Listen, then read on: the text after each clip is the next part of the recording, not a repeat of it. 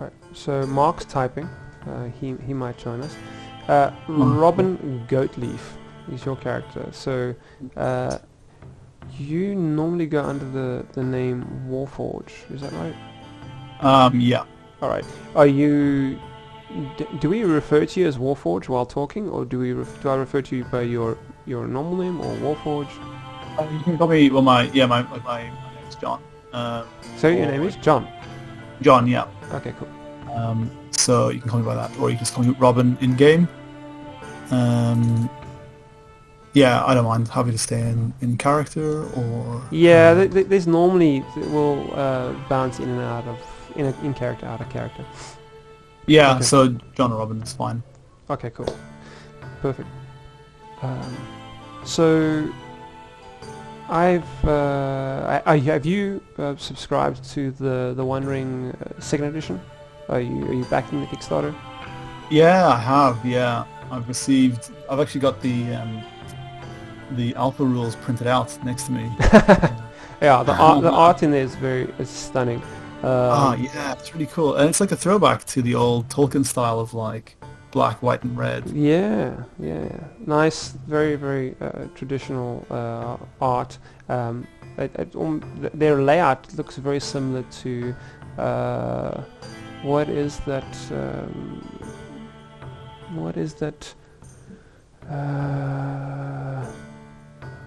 Trying to think now. I'll get the name now. Pendragon, the RPG. Pendragon, the RPG's layout is very similar to that. By Chaosium. Just their general presentation or theme of their layout of their RPG manual reminds you a lot of Pendragon. But the illustrations are stunning. I've done a brief read through, and I'm extremely happy with the changes in the rules, because it doesn't just feel like they've polished a few things. It looks like they've changed their approach on a couple of things, and I like that a lot. So it feels like a new system. And that I'm very happy about. So I can actually play 1E and I can play 2E, and they'll in some regards feel like two different games, because from a board game designer sort of approach, I can see that the mechanics are different, and so the game will have the same setting, but the mechanics driving it is so different. I like that. So I'm super excited about that, and I'm surprised that the alpha's out already. Gave us a chance to read the rules and see what it's about. So yeah, I'm pretty pumped for that. So with that out the way, so if anyone that listens to our audio journal, if they haven't supported the Kickstarter, they should. Next thing would be a recap. So I want to talk you through, get you up to speed. Okay. Yeah, please. It's something that I let me just go here. It's something that I should do before every session. Don't know if I have been doing it, but it's something that I should have been doing in the past. So, alright. So, essentially, I want to keep it pretty brief, but we've got and also the way I'm going to play this evening is Mark might join us.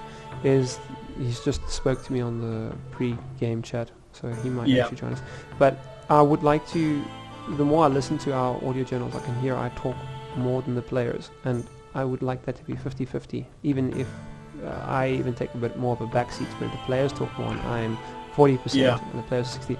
So I'm going to allow you to kind of probe in Middle-earth more and give you free reign. Like literally, I'm going to drop a character in Middle-earth, and this is not a linear experience. You can run away, just run. Just go another direction. We're going like maybe 80% sandbox, 20% 80% sandbox. You think? I mean, there's going to be some cues and so on in there, but I will use the new Parable RPG to as an improv system to randomly procedurally generate content for you. So if you leave Bree, I'm going to generate new content for you. Okay, cool. So whatever your decision is, your decision. Alright, so just to give you an update, there's 2 characters already in this campaign. There's Galantho, he's an elf, and he experienced a lot of hardship. His sister was one of the best archers, and so he's also a very good archer, and she gave him this amazing bow, and it's like probably the best bow that's ever been made in Middle-earth, period. Yeah. And his character actually had that before entering this campaign. And Galantho played by? Say again? Who was Galantho played by? Was that Mark? Mark, yeah. Okay, cool, yeah. And this Mirkwood elf went out, to try out this bow, and he got waylaid by orcs, and they messed him up good.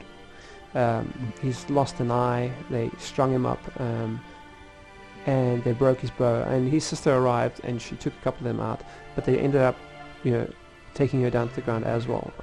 I believe she got impaled to the chest. He's not sure if she's dead or not, and he blacked out. But when he came to, the rest of the elves, the Mirkwood elves, rescued him, but his sister's gone. His bow's broken. And the elves are quite annoyed at him because the sounds of it, he shouldn't have been going in the areas that he was going in, and he made himself vulnerable and put his sister at risk to come rescue him. And she was quite an asset to the Mirkwood elves, and now she's gone. There's a bit of gripe with him. So that's his setup. That's his motivation and his background. So his motivation, is he's under the impression he can actually still find her. He's blind in the one eye by this orc. I can see the. I just noticed his drawing. So this orc's also missing an eye, and I think this orc imparts his personal pain, his loss, on his victim. So he's taken Galantho's eye as well, and now Galantho's actually come to Bree under the impression on this journey he might be able to find his sister still. But this is quite a tormented elf, and he's actually, the reason why he's at Bree, he's come to see this high elf from Rivendell, which is basically the well-renowned weaponsmith. And he's hoping this weaponsmith can fix this longbow of his that's been broken. And that's why he's in Bree. And then that brings us to Jadal, the Beorning. And Jadal has a background. He's called Jadal the Swift because he's quite like the messenger for Beornings. He's quite a young chap, but he's like built like an NFL player.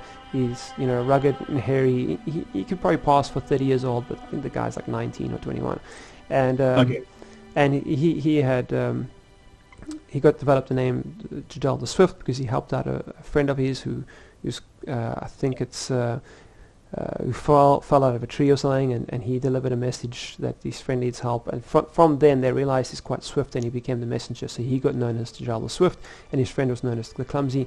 Anyways, so they gave Jadal this, Bjorn himself gave Jadal this letter to deliver to Butterbur in Bree, and that's why Jadal is in Bree.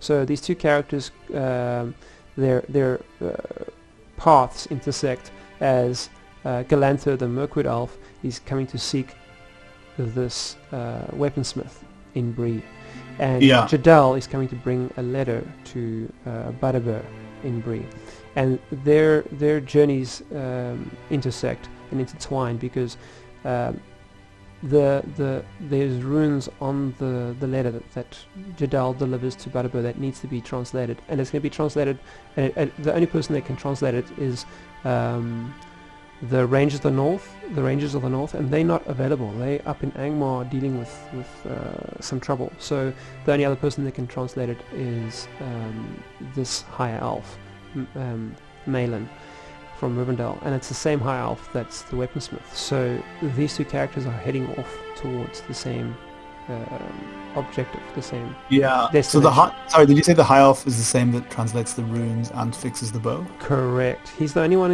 in Bree that can read Quenya, and he's what was his name? Sorry, his name was Malin, the high elf. So they arrived, and they were just just getting settled in and finding their bearing, observing the patrons of the tavern. There's different characters. There was one character that stood out. They didn't catch her name, but she looked quite elderly. But at the same time, she looked like she could be younger, and that was never explored. But they caught whiff of this character, and they were overhearing conversations of this, let's just say, 20-year-old that looked like she was probably 40, and like life was hard on her, and they just heard rumors that are but explaining what I've just told you now, that the Rangers of the North have gone up to Angmar. Yeah. And then a warg entered in, and they defeated this warg, and it was just this random warg that just came in. And then they were assigned rooms in the Prancing Pony by Butterbur, and they went to go reside in their rooms to recover from this battle, and they woke up in this nightmare. So all of a sudden, this journey to go, their journey got somewhat hijacked. They woke up in this living nightmare, and there was fog in the Prancing Pony, and the people around them were in agony. It's like their actual life force was being taken from them. But the two of these two characters were awake while everyone else was entranced, and they ended up fighting a white. When they went downstairs, Galantho ended up opening up the front door because there was a dwarf and a hobbit there. But the dwarf and hobbit just zipped past them, just ran in, barged past them into the Prancing Pony, and in came this white, and Galantho and Jadal ended up having to fight this white, and they defeated the white. And it was quite a gruesome battle. It was touch and go for them. Yeah. Mark was experiencing, or Galantho was experiencing, this previous grief, and it actually ended up causing him to not engage in the battle for the first few rounds, but then he snapped out of it, and they defeated this white. But in the battle, Jadal dropped his letter that he was carrying, and he ended up succumbing to the same trance that everyone else was in, and Galantho, who seemed to be immune to the trance, regardless if he was carrying this, blessed letter or not, slowly but surely this nightmare, this storm, this lightning storm was enclosing in on Bree, and Galantho actually went insane, and instead of rescuing Jadal, picking him up and making his way to the watchtower where the High Elf is, Galantho tried to get a horse to rescue Jadal, but the horse wouldn't comply. I can't remember. I don't know what. I can't remember what the role was, but I think Galantho tried to acquire the horse, and the horse wasn't complying, and he actually murdered the horse. And hey, Mark, how's it going? Mark's listening there. He's quite proud of this moment. So he murders this horse. Serious punishments for serious crimes. Yeah, he murders this horse. He's got blood on his hands. And then he really just went completely insane. Game mechanic wise, his character actually went insane, and so I just want to pull up. It's a good question. When you say that they woke up in a nightmare, do you mean that like figuratively or like literally? Literally. Okay, so they woke up and there was literally, this wasn't like a dream sequence or anything. This was like they actually woke up and there was fog in Bree, and the Prancing Pony and the white was there. Yeah. Oh, okay, cool. Yeah. Got it. Alright, so hopefully I've got what I need here.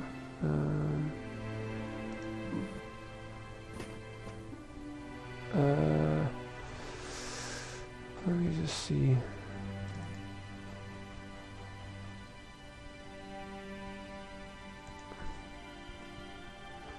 Stupid So horses. I'll keep talking.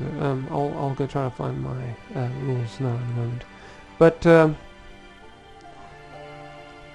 Galantho eventually ended up in a stable, and he thought he was acquiring a horse, but there was nothing there. He was holding just the bridle, and a role he made previously while in Prancing Pony, he made a conversation role which actually passed, but I let it slip, and this dwarf and a hobbit, the dwarf and a hobbit that barged into the prancing pony, made it past Galantho and Jadal, and they kind of slipped into the tail and out of the tail. But Mark, shouted out some words which didn't cause the dwarf to stop. But those very words, that was actually a successful roll. I went back to review it. And those very words are the reason why when this dwarf encounters him in the stables and he's completely lost his mind, Galantho, he collapses and he succumbs to this dream that's sort of sucking them from their life force. This dwarf, who's carrying one of those letters himself, and so is this hobbit, because there's 3 letters that was delivered, and these 3 letters were sent by Bjorn to Butterbur, to Vidar and Gormadok, and they've got these Quenya runes on them, and when deciphered by the High Elf, the weaponsmith, will hopefully reveal something about the quest, because there's a quest here that needs to be action. Apart from Galantho's personal quest to find his sister and have his bow repaired, he's kind of getting roped into Jadal's quest, which was the letter. Jadal's quest actually sort of ended when he gave the letter to Butterbur, but because the Rangers of the North aren't there, Butterbur's recruited him to see this quest through. So now all the pieces have come into play, where the dwarf, who's holding one of the letters, one of 3, the hobbit, who's holding one of the letters, one of 3, and Jadal, who's holding one of the letters, one of 3, have all ended up at the watchtower, because the dwarf and the hobbit has picked up Galantho and have picked up Jadal, who are both incapacitated, and taken them to the watchtower. So that's where we are now. So you've got Jadal's motivations to just drop off the letter, but then he was recruited to get the letter translated. We've got Galantho's motivations to have his bow repaired, but having his bow repaired took him to the same place and got him in cahoots with Jadal and this high elf. And he got the hobbit and the dwarf, who's also holding letters, and ended up being in the right place at the right time to take these 2 incapacitated characters and take them to the watchtower where they needed to be, because they were having a hard time. They defeated the warg, they defeated the white, but at the end of the day it was too much. So they've woken up, and we are now in the watchtower, and I am going to just go back to my notes quickly. I'm just going to just press pause there for a moment. I just want to pull up my rules quickly. I've got it on a drive, on a separate machine. So if you guys can just give me a moment there. Mark, are you alright? Are you going to play tonight? Hey man. Hey. Yeah, I can play, but still not 100%, but yeah, I'm down. You're a legend, bro. That'll be great. Yeah. Okay. Hey Robin. Is that your character's name, Rob? That's my character's name. Yeah, nice. John I like the art. Is that him on your avatar? Oh, no, that's Tom Bombadil. That's Tom Bombadil. Oh, Tom Bombadil. Yeah. That's how I wish that looked. Yeah. That's legend. Guys, excuse me for a moment. I'm just going to take a quick break. I'll be back in 2 minutes. Yeah, no worries. It's fine. I've actually got a little No worries. mini of Tom Bombadil on my desktop here. Yeah, it was a good recap. Actually, I kind of, it was nice to have a recap, because it was like 9 hours of playtime. Mm-hmm. I flicked through it. I flicked through it. The first one I'd listened to, I remember the warg bursting into the into Bree. Yeah. I remember that fight. I was there for that. Or I was observing anyway. And then the other ones I flicked through. But it's good to get an overview. All right. So let me just go to my other. So you guys are going to be. Mark, I was just telling John. It's John, right? Yeah. Right. I was telling John. I would like for you guys to be talking 60% of the time and me 40% of the time. I'm going to try to give you guys more airtime than I do. So I've used up a chunk of my airtime just doing the intro. Alright, the recap. Alright, so I'm going to introduce a new character to the game. So just one moment. Oh, that's cool.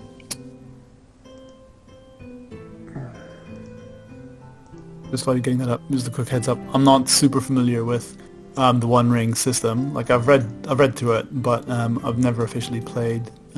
You don't need to. You don't worry. So. Bro, you're with a complete beginner, man. Like, this is like my first foray of like RPG, like TTRPG. Oh, awesome! Yeah. Oh, that's cool. So I was surprised how easy it was to create a character. I'm like, this is not like a 3-hour dump of my time like it is for D&D. Alright, so I'm gonna have John introduce himself and explain because his character I'm just gonna let you introduce yourself. I'm gonna post a picture of your character to help cool. Oh, looking forward to seeing it, man. To help set the stage. Hopefully I'm posting in the right place. Yep. So just have a look under campaign campaign 01 content. Did you post something? Yeah. That is awesome, man. Oh wow. Dude, amazing. Thank you. Love it. Jeez, man, that is intense. I've just blown it up with detail. Whoa. So I did a sketch of John's character Robin Goatleaf, and Robin's gonna just take it away and explain to us who this Robin character is. Awesome. Nice. Yeah, dude, yeah, thanks, man. That's like the first time I ever had like a character drawn for me, and I love it, man. That looks amazing. Thank you. Really, really, really love it. No, I'm like in awe. I'm still like blowing it up and staring at it. It's all over for you, man. So a little bit meta here. Harry Goatleaf is the gatekeeper who gets trampled by the Ringwraiths, the Nazgul, at the siege in Bree during the events of Lord of the Rings. So I thought it'd be cool if I maybe created a character that was part of his lineage, like one of his like ancestors. So I think we're 60 years prior to Lord of the Rings. Is that right? I believe, give or take. Like I think it might. That, yeah. I'll tell you now, but exactly how many years. I think it might be 70. Cool. One moment. Setting 70 years. Yeah. Yeah. Right. So I was gonna maybe make it like, I don't know, his great uncle or great grandfather, something like that. So he's also he's also a gatekeeper in Bree. He was raised by his father in a homestead, taught to be self-sufficient, and he's generally has quite a warm disposition. But growing up so close to the borders, with there being some strange folk coming through and into Bree, he's become a little bit suspicious of strangers, and especially from hearing of the strange goings on in the nearby lands. He has developed a little bit of a fear of the dark from spending too long watching the gates.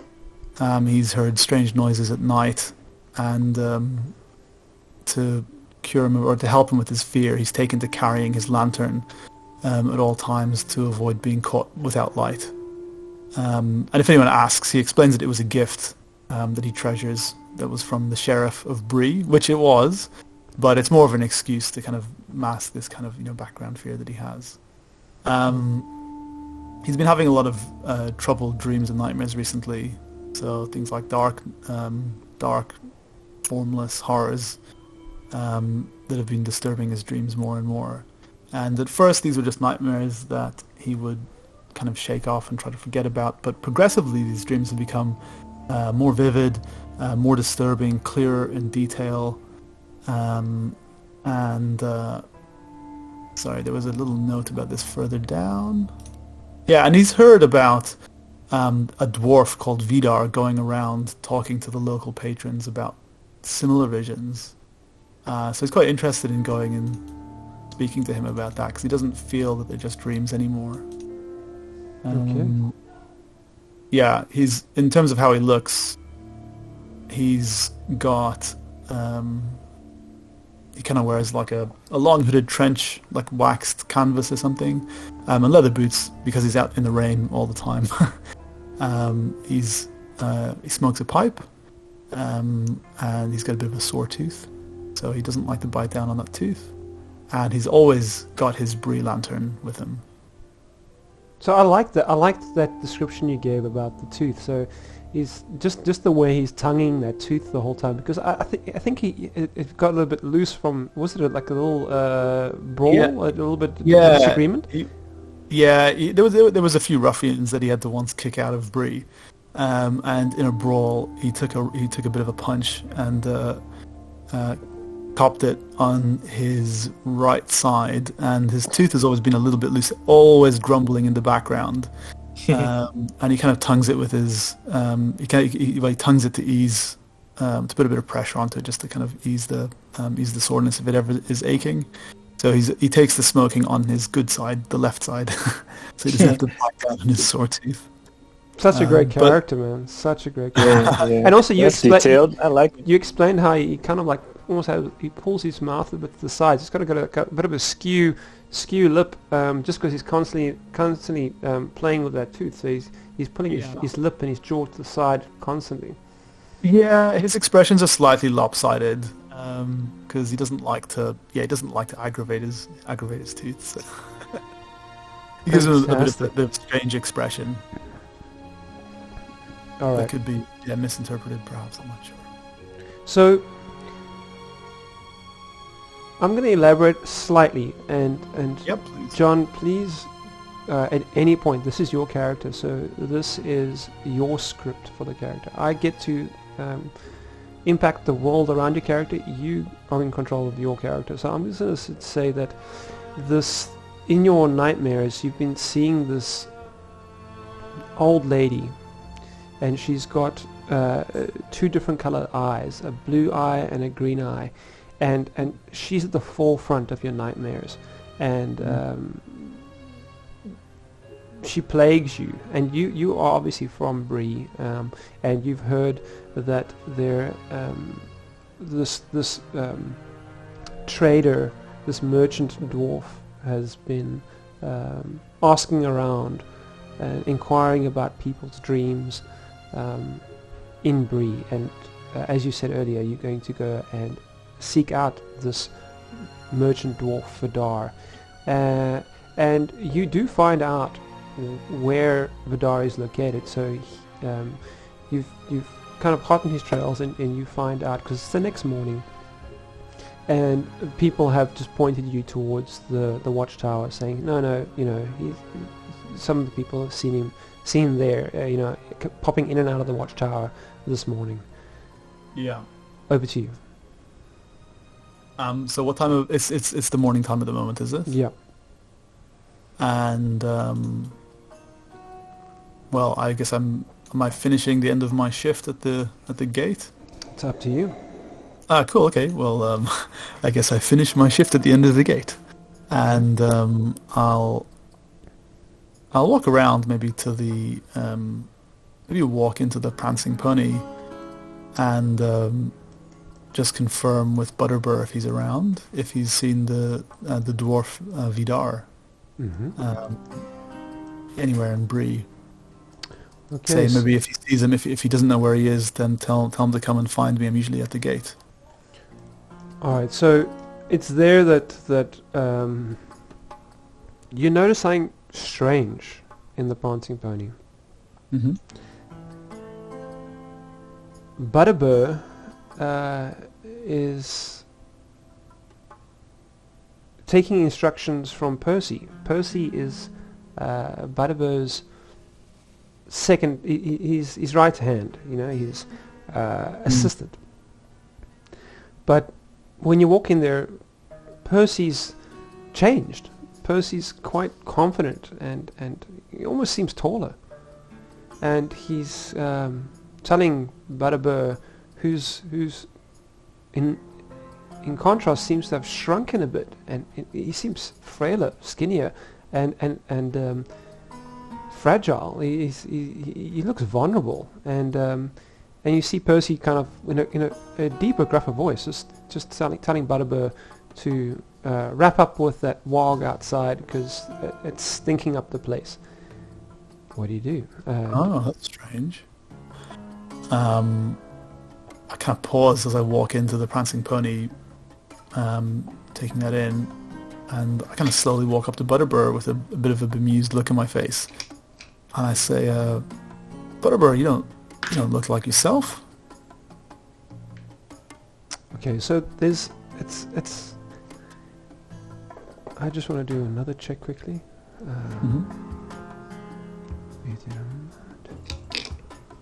So this is the procedural system kicking in here and doing a bunch of stuff in the background. So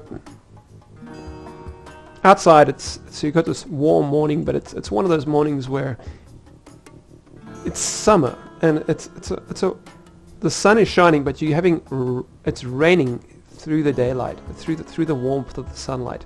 I don't know if you've ever experienced that. Maybe me from South Africa, I know what that is, but have you ever experienced rain in summer?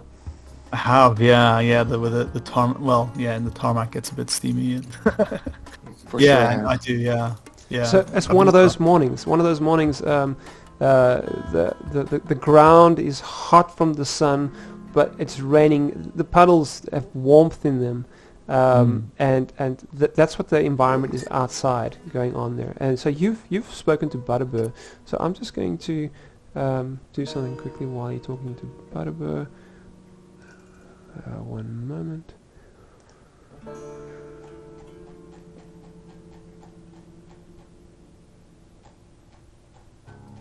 There we go.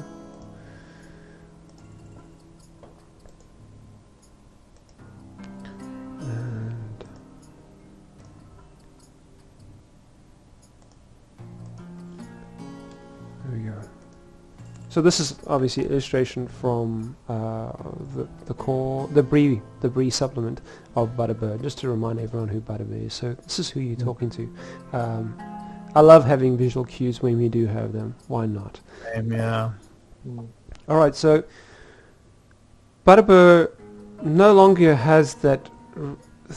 His hands look smaller, and he actually smells a bit like booze. Like it feels like he's got a bit of a drinking problem. And what did you ask him? Oh, I said he doesn't look like himself today. Was wondering how he's doing. Doesn't seem like his normal busy self. Okay, so you get to choose if you want to make a lore or insight roll. Yeah. Lore or insight. Insight. Yeah, insight is 3.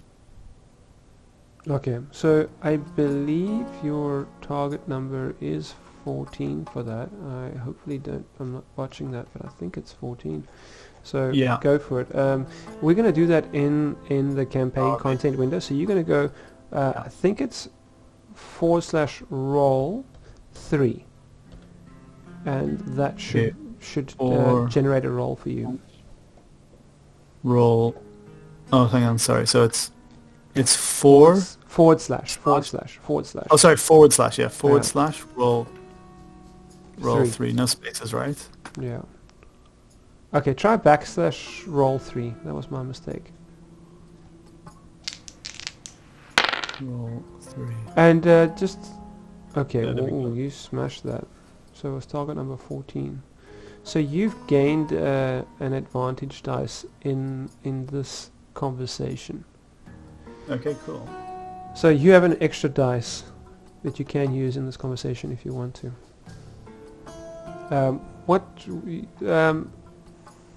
You've asked Butterbur that he doesn't look like himself. So yeah, and also Percy as well seems. So I can't put my finger on it. Okay. So everybody looks different today. Did I miss something? So, Butterbur, I guess you're asking him for information, and I'm not going to make you roll for this because it's just general conversation. You're not asking for anything secret or hidden, I guess. Yeah. And he apologizes and says, "I'll try harder. I'm sorry. Can I get you a beer? I'm sorry for offending you." Oh, no need to apologize. I was just making sure you were okay. I thought I haven't seen Butterbird taking orders around here since as long as I've been in Bree. So I want to keep talking in third person. I think that just to set the stage, so we'll probably. I can tell that you thankfully also not using kind of going that route of improvisation as far as acting. Like you're not doing method acting when we do these engages. So thank you. I think you picked that up. Cool, yeah. You picked it up from our previous session. So that's something I should say outright is normally we play in third person and we don't kind of do that accents and method acting just because sometimes if it's not done right it can actually detract. So the easiest thing to do is keeping it more hardcore is kind of dictating my character says this, my character goes there. So it's pretty much what you're doing now. I'm just, making it clear. So Butterbird's going to just say,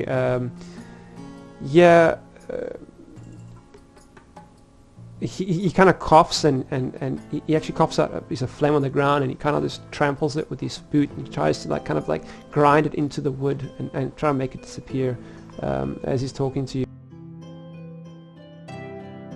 to a table. And he looks at you like frowning a little bit, and he's like, "Well, my family's served, the owners of Bree for many generations. We just do our best." I'll just say that in this conversation, you did inquire about Vidar because this probably ties into your introductory arrival. So can I do that, saying that in this exchange you did ask about the dwarf Vidar? Are you? I've lost you. Are you there, Robin?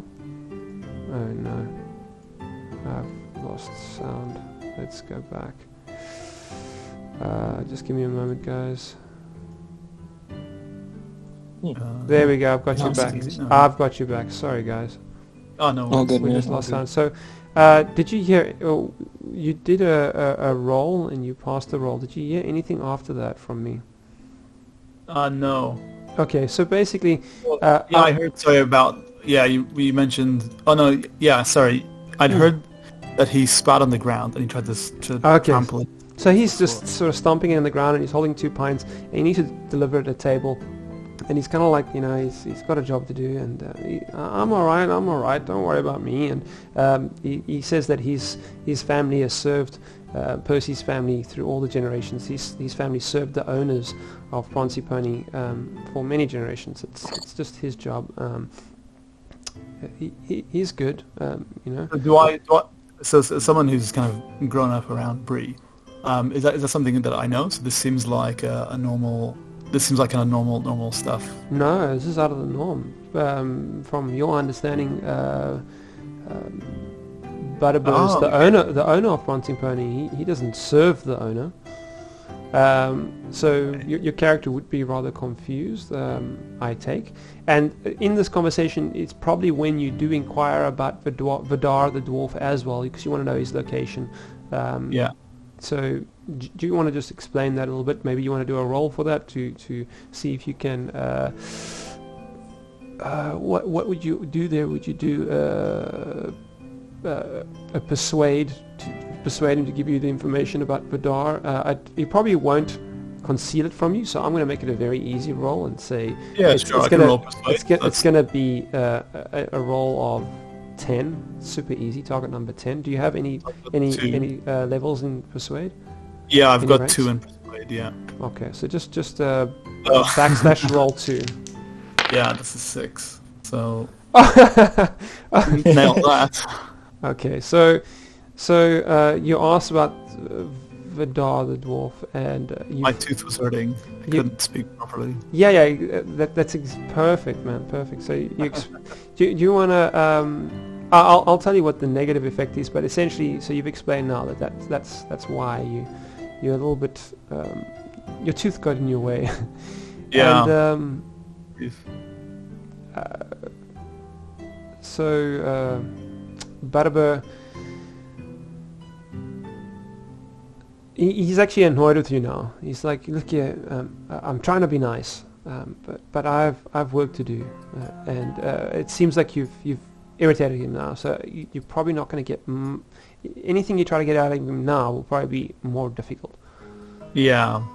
Well, I mean, this is all feeling a bit weird to Robin anyway. So Robin will turn around and say, "All right, well, yep, didn't mean to cause any offense," and walks back out of the prancing pony and lights his pipe. Okay, so as you're leaving, Percy's just like, Percy will just say, "Hey, listen here, don't mind Butterbur. He's a strange chap. Vidar, if you're looking for him, he's up at the watchtower. Some people have seen him going in and out of there this morning." Oh, okay. Well, yeah, I'll make my way up to the watchtower then. Okay. So I'm going to, if you scroll up to campaign content all the way to the top, you'll see, I believe it's the third image. Mm-hmm. Just keep scrolling.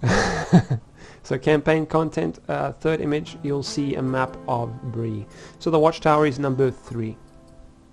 Oh, cool. Yeah, got it. Okay. So you are at the moment at the prancing pony, and that is number 6.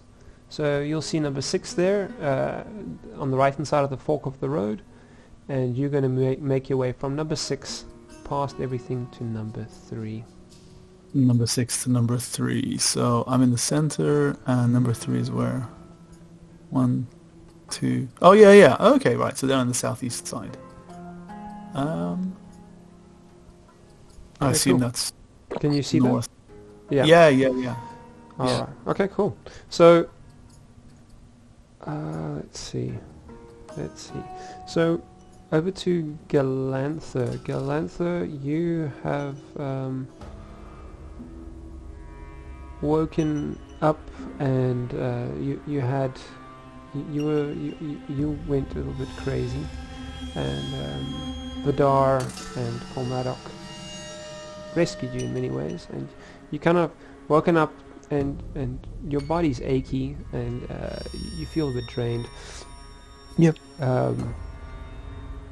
I'm just going to jump straight into it and say that let me just pull up my notes here. That, let's see.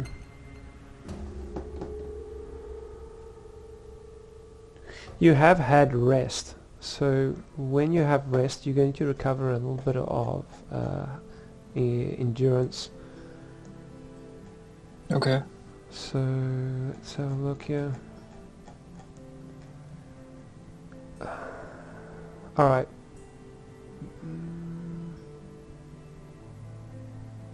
So your heart score. What is your heart score again there, Galantho? Hearts, you mean? Heart. 3. Okay, so you get 3 endurance. Add that to your sheet for me, please. So starting at 3. the moment is 19. So I'm gonna add 3. Yeah. What is your ceiling on your character there? I'm gonna open up your sheet so I can see it. So where is your? So your starting is 19, and you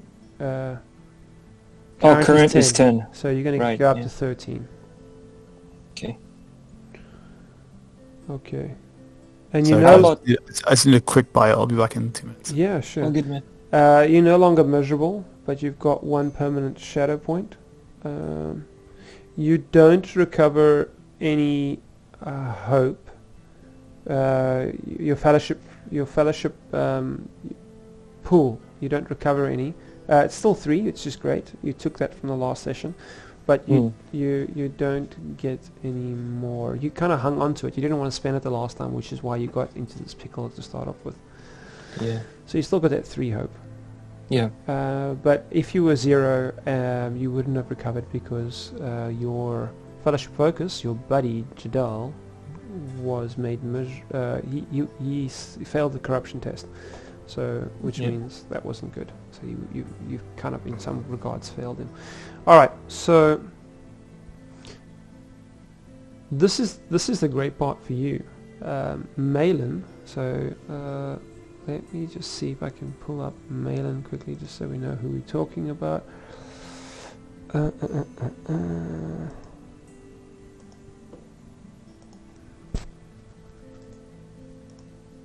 Got him. Just drop him in here. Alright, so we've seen Malin before. So Malin's talking to you, and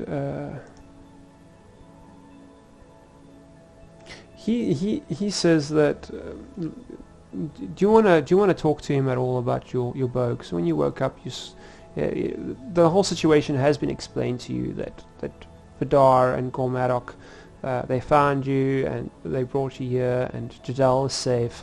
Do you want to talk to Malin at all about your bow? This is your chance. You've been waiting for this. Would you like to talk to this guy? Cool. So do a lore, or sorry to interrupt you. I forgot to ask you. If you're going to talk to him, just do that same test that John Robin had to do. So 3 on lore. Yeah. So you do a lore. Go with lore. That would be a safe bet. So /roll 3. Okay, so the target number was 14. You've got 13. Yeah. So you failed that roll. I don't know if you can spend hope on a preliminary roll. I actually don't know this. Alright, so you didn't get that. So you don't have an extra dice to spend if you need it in these conversations. In hindsight, I think Robin should have spent his extra dice when speaking to Butterbow. But look here, that's kind of the decisions that you as the player, that's the game part of it that you kind of need to manage. The story part. Does that mean I get a second roll, like a second attempt at the roll? No, you just get an extra d6 with your roll. Oh, okay, cool. So you got to kind of like stay on top of your character's stats and your abilities and extra dice. Sure. Because it can be in your favor. And I need to look into this, but also something I want to do during the fellowship phase when I award experience, because normally it's 1 point of experience per session, and also on how you roll, you get you can earn advancement points based on your rolls, that kind of thing. So there's 3 ways to earn advancement points, which is experience. So you get experience at the end of every session. So in the fellowship phase, which is the end of the campaign, you get to spend the experience. That's awarded by the GM, and I like to do it based on performance, like on how well your character did and how well you played. But generally, rule of thumb is 1 point of experience per session.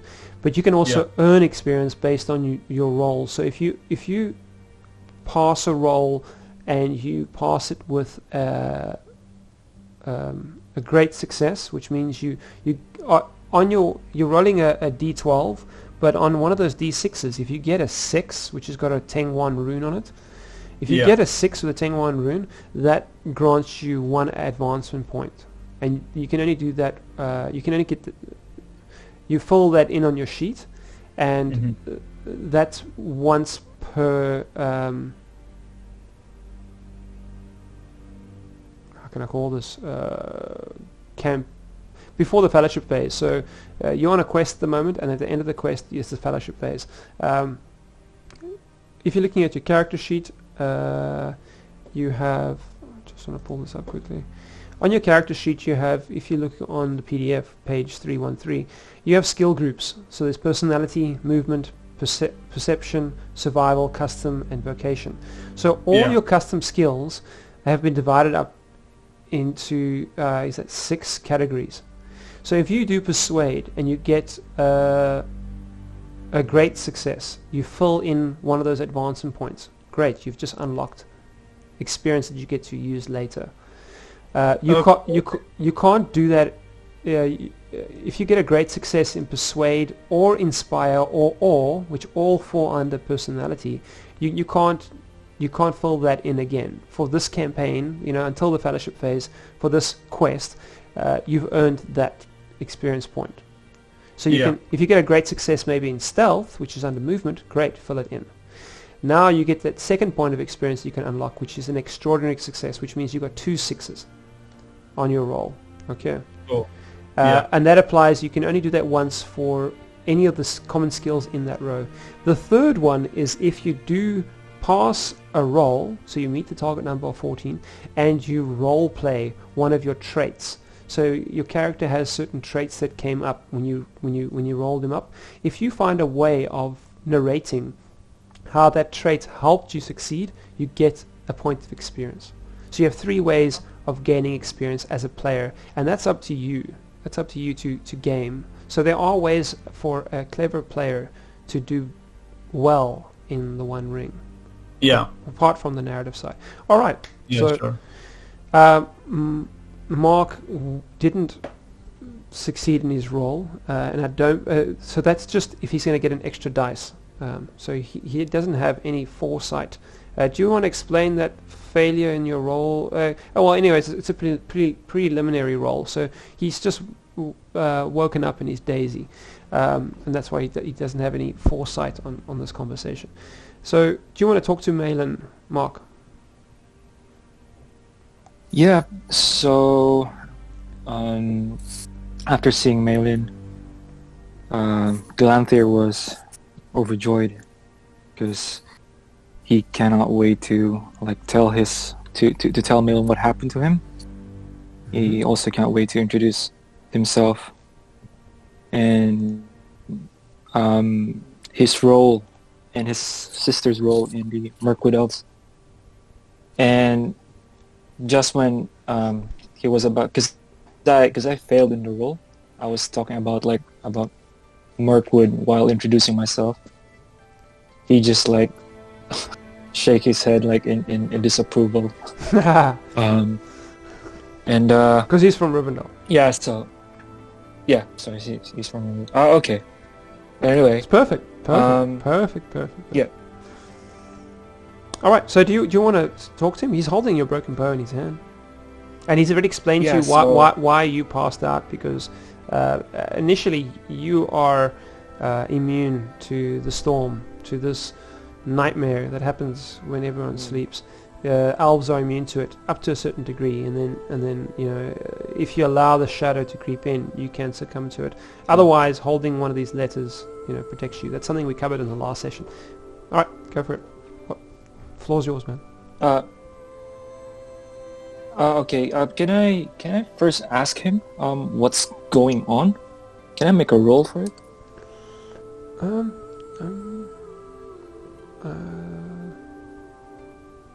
I'm wondering if you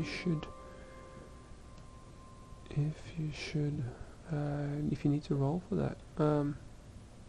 You can just ask him. I don't think.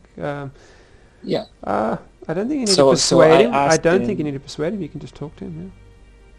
Yeah. So I asked him if he's been experiencing what me and Jadal have been experiencing, and I also asked him if he can fix my bow. Okay, so you're going to try to persuade him to fix your bow. So please roll persuade for me. Got it. Target number 14. 0. Got 0 persuade.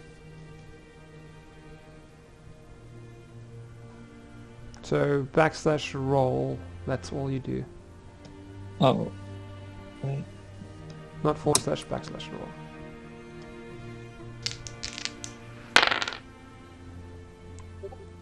Did you did not specify number or Mark roll? No, I didn't.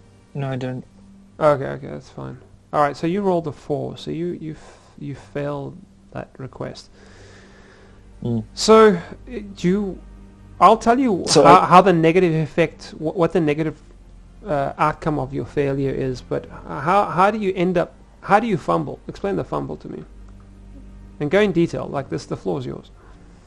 Yeah, so Galantho has this really, like, how do you call this,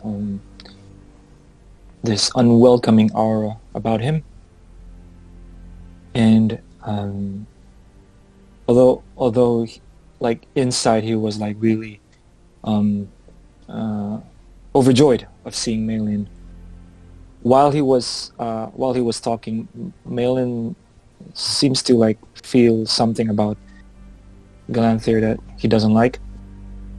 And when Galantho asked him if he could fix his bow, he just like shook his head like, "Oh, slow down there, buddy." Okay. So the negative effect, because when you fail a roll, when you pass a roll, there's a positive effect. When you fail a roll, there's a negative effect. Okay. So Malin looks at you as a Mirkwood elf, and he's from Rivendell, you know, and he's got that sort of elvish air to him, you know. He's got he's elevated, he's got his chin up, his nose up in the air, and he's kind of looking at you as a Mirkwood elf, and pulls his you know, his mouth to one side as he's thinking, like, tell you what, I don't owe you anything, and my services are not for sale, but I have need of assistance. If you aid me, I'll be able to make a bow for you like none other. I've been meaning to try something. But before I tell you what I will do, I'll tell you what I need. And as he's about to tell you what he needs, in walks Robin. Robin, go for it. I missed that, sorry, what did you say?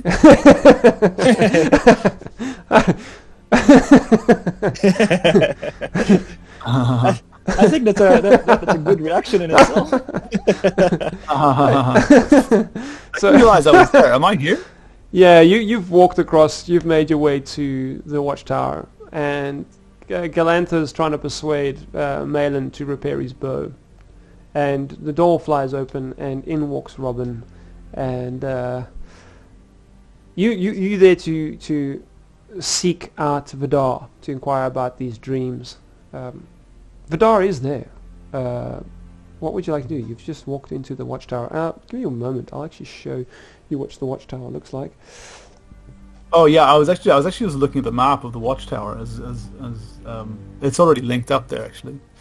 I'll walk in uninvited, and I'll see that there's a conversation happening between two people that I don't know, and I say, I'm looking for Vidar, but I hope I'm not interrupting.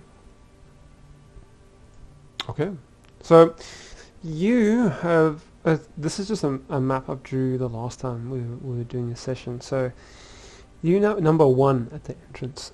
Mark and them are in the first floor, so they're one above you, and you've actually walked straight into Vidar and Gormadok. So they are sitting at number 2, which is the eating table. Yeah. And just give me a moment. Let's see. So Robin walked past them? No, he's walked straight into them. Okay. So I'm just gonna do this.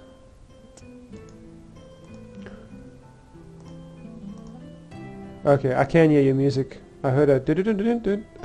Oh, you did, huh? Yeah, it's finally coming. All right. A dingy sound. I'll bring it closer to me. Can you hear it now? YouTube copyright strike.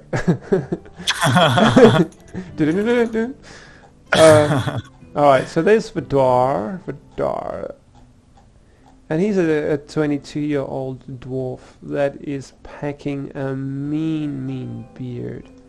That is a mean beard.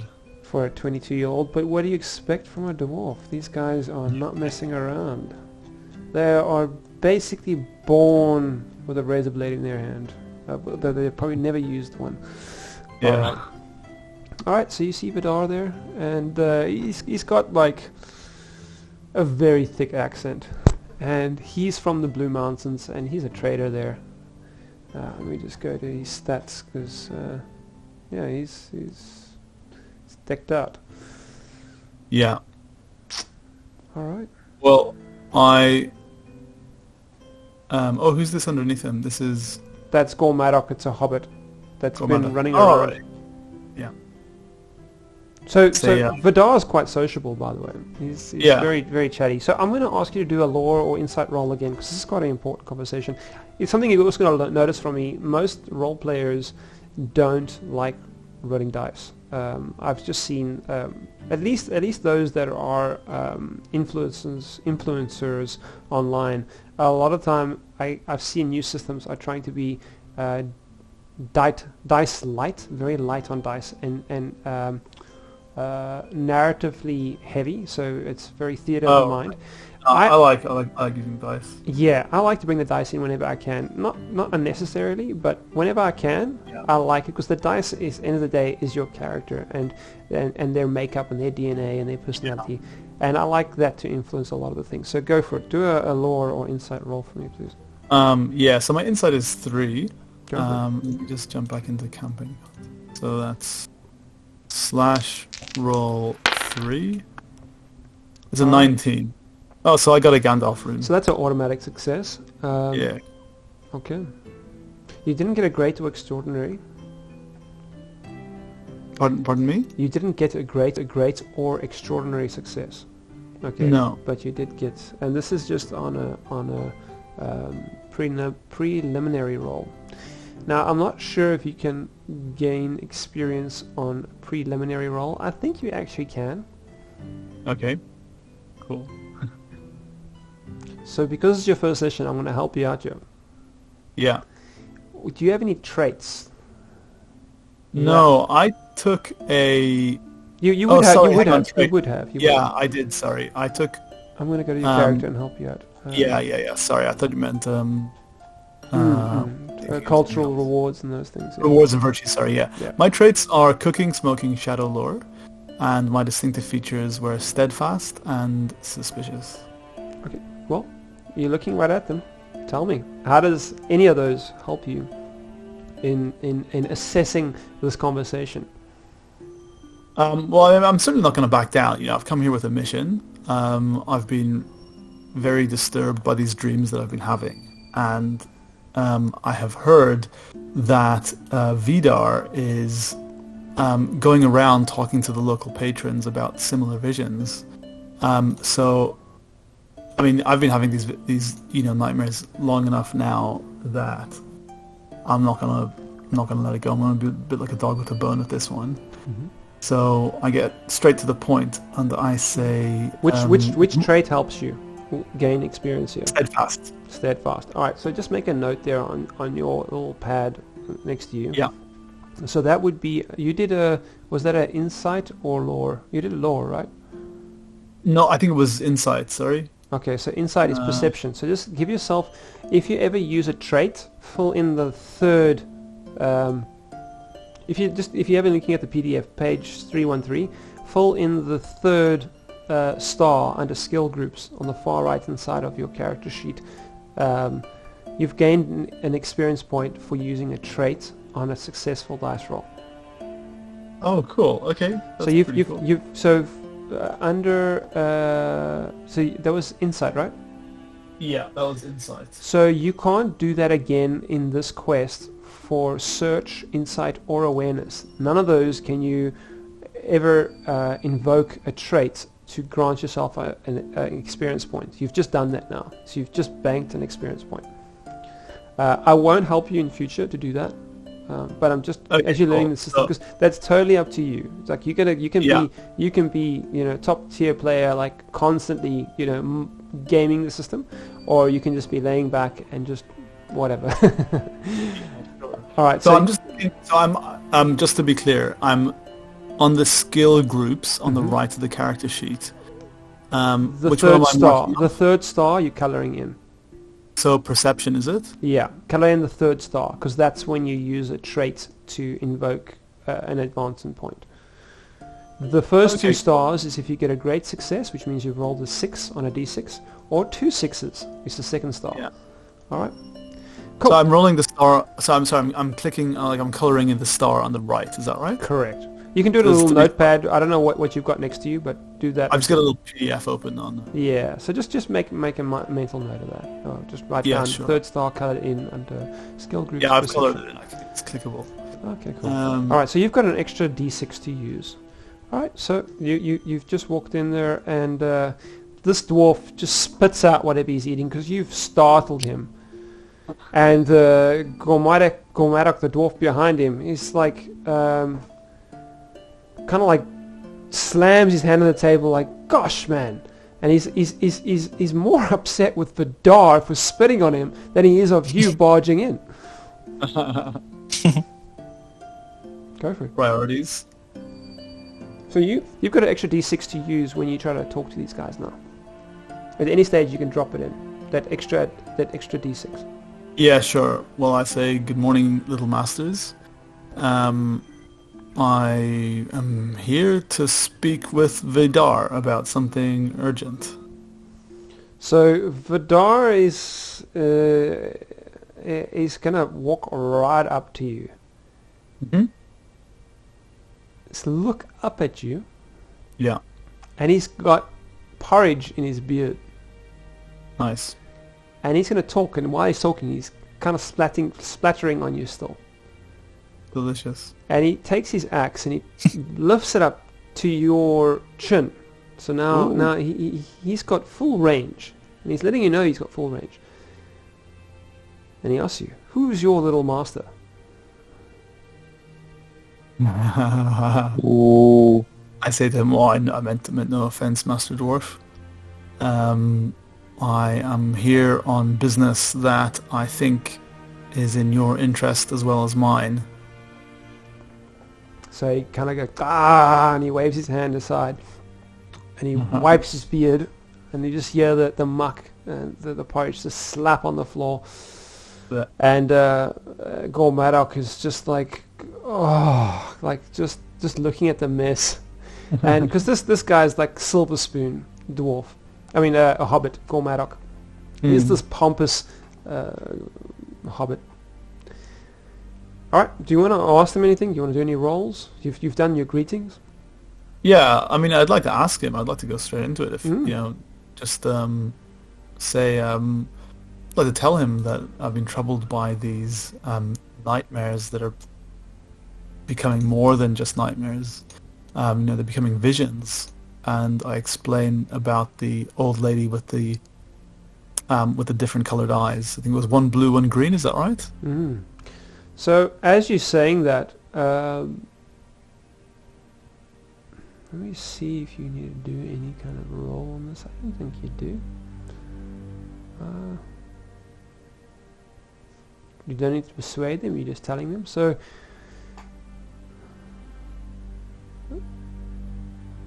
you can just see Gormadok get a bit uncomfortable when you talk about her. And he starts pointing at you, saying, I don't like this guy. I don't like the look of this guy.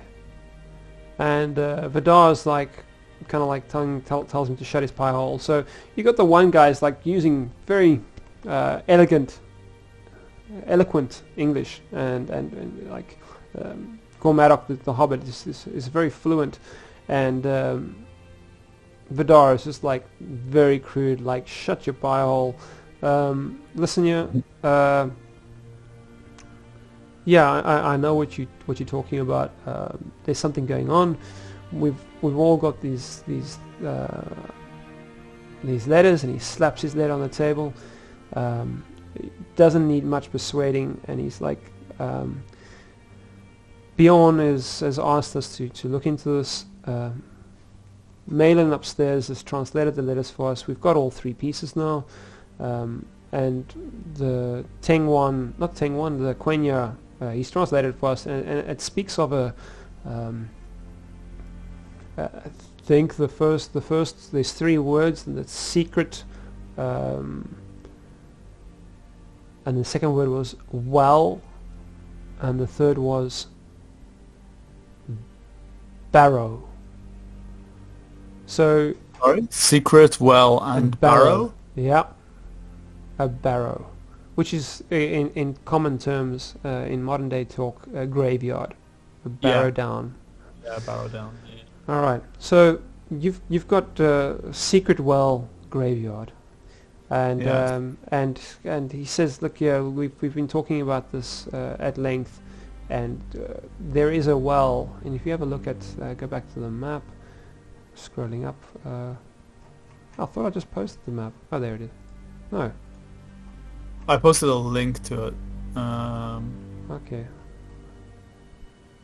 I'm gonna pull it up again. I don't know why it's missing. Okay, one moment. I'm just doing this for myself. Is it the map of Bree that we're looking at? Yeah, it's that third one. So. Oh yeah, cool. Okay, so I'm just gonna grab that, copy. I think I pasted that in the wrong area. Jump to present. I'm just gonna paste it here. Alright, either way, can everyone see that map of Bree? Because it's not letting me copy it. It's saying my image is too powerful. That's Discord for you. Very strange. Alright, one moment, I'm actually gonna fix that. Gotta be over 10 MB. Yeah. I'm just gonna save that to pictures, and I'll just drag it in and show you. You could do Windows Shift S and just screenshot it and paste it on Discord. No, Discord's just silly that way. Like, I can just. I can link to it again. No, it's all good. Discord's just silly. If you copy and paste versus save it to your hard drive and paste, the one goes through, the other one doesn't. Either way. So, Vidar is just saying, listen here. Beyond's clearly was asking the Rangers of the North to translate this letter and to see into something regarding the well. They can only gather that it's got to do with this nightmare, this lightning storm that's happening, and it seems to be there's a concealed barrow at the bottom of the well. You know, like, and with the Rangers of the North being up at Angmar, I guess it's up to us. And Gormadok is just like shoves him from behind on his shoulder, like, oh man, you just, like, really, do you believe yourself? Like, just listen to yourself. You're just talking a bunch of nonsense, you know. Barrow, well, like, just give me that letter. Like, you know, maybe you got it upside down. And Gormadok can't read Quenya to save his life. And what do you do?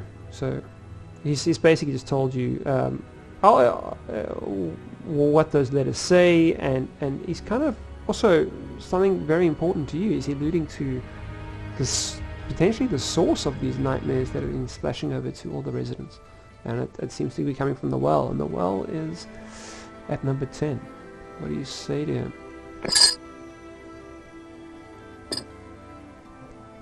So that's Robin, that's John, that's up to you. Yeah. Sorry, so could you just recap that again, please? What's So basically, there's 3 letters. Yeah. It all started off with Jadal. Jadal had a letter, and there was Quenya on the letter, and it had a secret message that Bjorn sent to Butterbird to give to the Rangers of the North. But a similar letter was sent to Vidar, and a similar letter was sent to Gormadok. Yeah. And they were all supposed to be delivering these letters to the Rangers of the North, because one of the Rangers could translate Quenya and would deal with this issue that was concerning Bjorn. And Malin, since the Rangers of the North are absent, they're up in Angmar, has translated the letters, and it's read Secret Well Barrow. And Vidar has come to the conclusion that the source of all these nightmares is coming from that well. Somewhere at the bottom of that well is a concealed barrow. Because surrounding Breeland, there are some barrow downs. So somewhere along the line, underneath Bree itself, seems to be a barrow. Oh, right, okay. What do you do? It's obviously related to your nightmares. This is personal for you.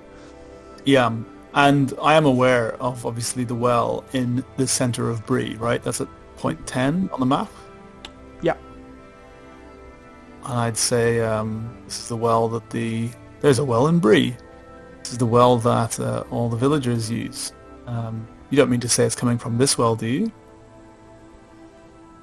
And Gormarak once again just takes any opportunity to shut down the conversation. He says, "See, this guy's just wasting us time, and he's just wasting our time." It's like, but very proper English, and he's just like, almost sounds like Tolkien himself speaking. But this, unfortunately, this is, imagine a very pompous, arrogant Tolkien, and he just says, forget this guy. He's this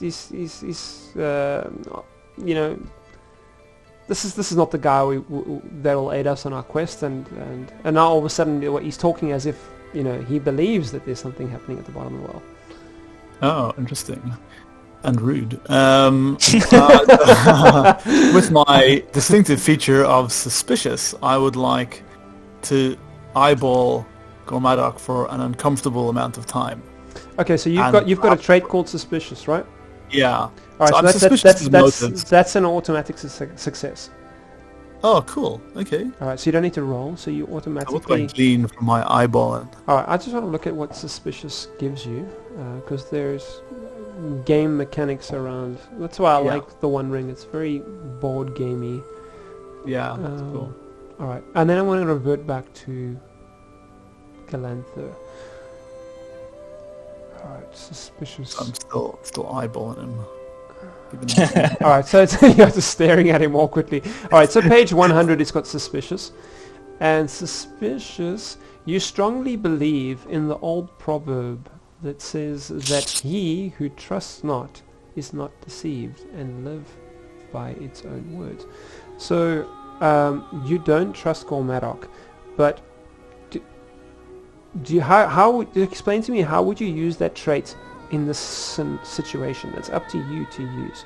How would you gain an automatic success using suspicious? What are you trying to achieve?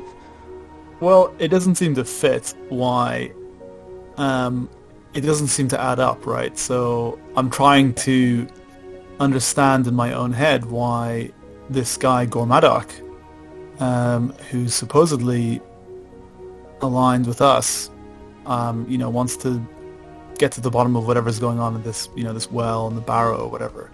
Why is he shutting us down? Why is he not happy or appreciative that someone's coming in to attempt?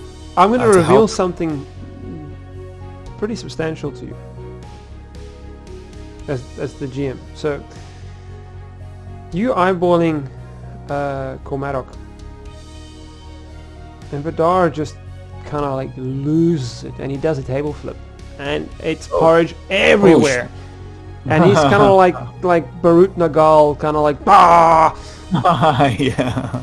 And he like sort of slaps you. He says like, "Come on, laddie." And he wants to just get this done. He says, "I believe in you. Come, we've got a quest on our hands. Let's just nip this in the bud. Ignore this fool." And he points at Gormadak, and Gormadak's like kind of like suffocating on his own pompous expression, and he says, this guy has been nothing but dead weight to me since he let that warg into Bree. That warg took a massive bite out of my beard before it ran into the prancing pony. I mean, that's just rude. Okay. I say, all right. Well, I say, I'm at your service, Vidar. So he's like, and he slaps his chest with his fist. He's like, that's what I like to hear. And I'm going to switch over to Galantho and Malin. They've come downstairs because you guys have not been speaking quite quietly. It's been quite charismatic. Yeah. And Malin is just shaking his head because the place is covered in porridge at this point. And Gormadok is in the corner and he's kind of got his chest puffed out, and he kind of like storms out. He's offended, and in a little bit of a hissy fit, and he goes and stands outside and smokes his pipe. And Malin says to Galantho, all right, listen here, let's cut to the chase. I have a proposition for you. And brace yourself, Mark. This is beautiful stuff that's going to happen. Okay. Right, I'm going to do my best to talk you through this. All right, give me one moment.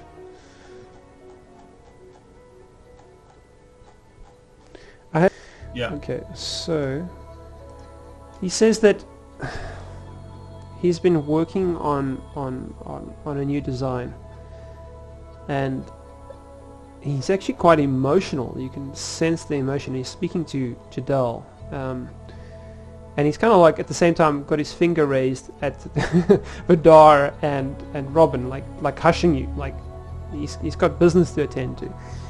And he says, listen here, someone stole a dagger from him, and it's a dagger from let me just make sure I do this right. A Southron, all right, a Southron dagger that he acquired. He confiscated from a Southron in all his travels. So it's quite a dark, evil blade. But he's hung onto it because he gleams craftsmanship from all different cultures. But someone's stolen this from him, and he would like you and your party to get to the bottom of who stole this dagger from him. Who knows? Maybe it's linked to your very quest that you're investigating. And if you do this, he will fix your bow for you, Galantho. Not only fix your bow. He's been meaning to create a masterpiece, and you can see that your bow was skillfully crafted. And Mark, can you give your bow a name quickly? Your previous bow. The broken one? Yep. Let's call it Ret, R-E-T. Okay. Give me a moment. So you're gonna hear birds singing outside and the warm rain, tapping on the watchtower as Malin just goes silent for a moment. Ah, Ret, the Ret. How it has been squandered. And he lifts it up to the sun shining through the window pane. And the bow's broken, it's hanging, its limbs are broken, it's a long bow. And I'm going to go on a bit of a rant here, so brace, just bear with me, and I'm going to just look at the time. We've got 3 minutes to 9. Are you guys alright still? Yeah, I'm good. Alright, so we're gonna go on a little rant here, so just going to get my notes so I do this right. Because Mark's been working towards this. Uh-oh. Okay. Malin says that he's going to fix your bow, and he goes off he's still staring off in the distance, and you can just see this guy is obsessed with craftsmanship, and he kind of forgets that all of you are there, and he kind of like starts just engaging with himself in conversation about what he's about to do, what he's about to create. And he starts talking about the first lights of Arda. And something John and Mark knows I'm South African, but John, I don't know if you can probably tell from my accent. But something Tolkien is from Bloemfontein, which is from I've been to Bloemfontein. I was in South Africa for a year. Yeah, Legend. Had a really good time. South Africa. Yeah. Why did you go to Bloemfontein? For Tolkien? Well, I was doing it was like some of the voluntary service overseas, which my father did in Botswana when he was 18 and again at 27. So, your father from South Africa? No. He just British. He's English. Yeah. So that's South Africans' culture is Dutch and British.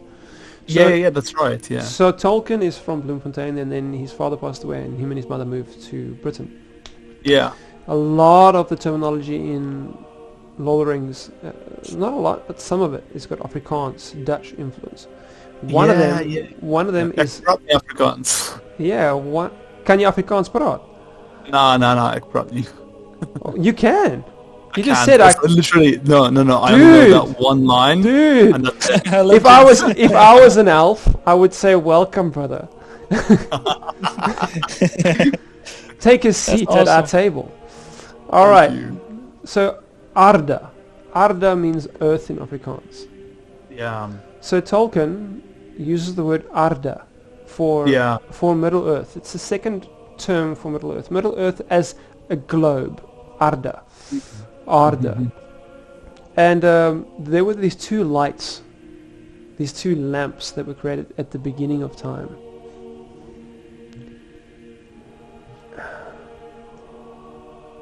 Iluin, the silver one in the north.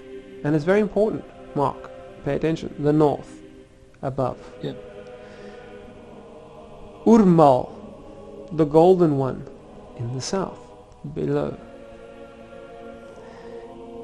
But these were cast down and destroyed by Malkor, which is Sauron's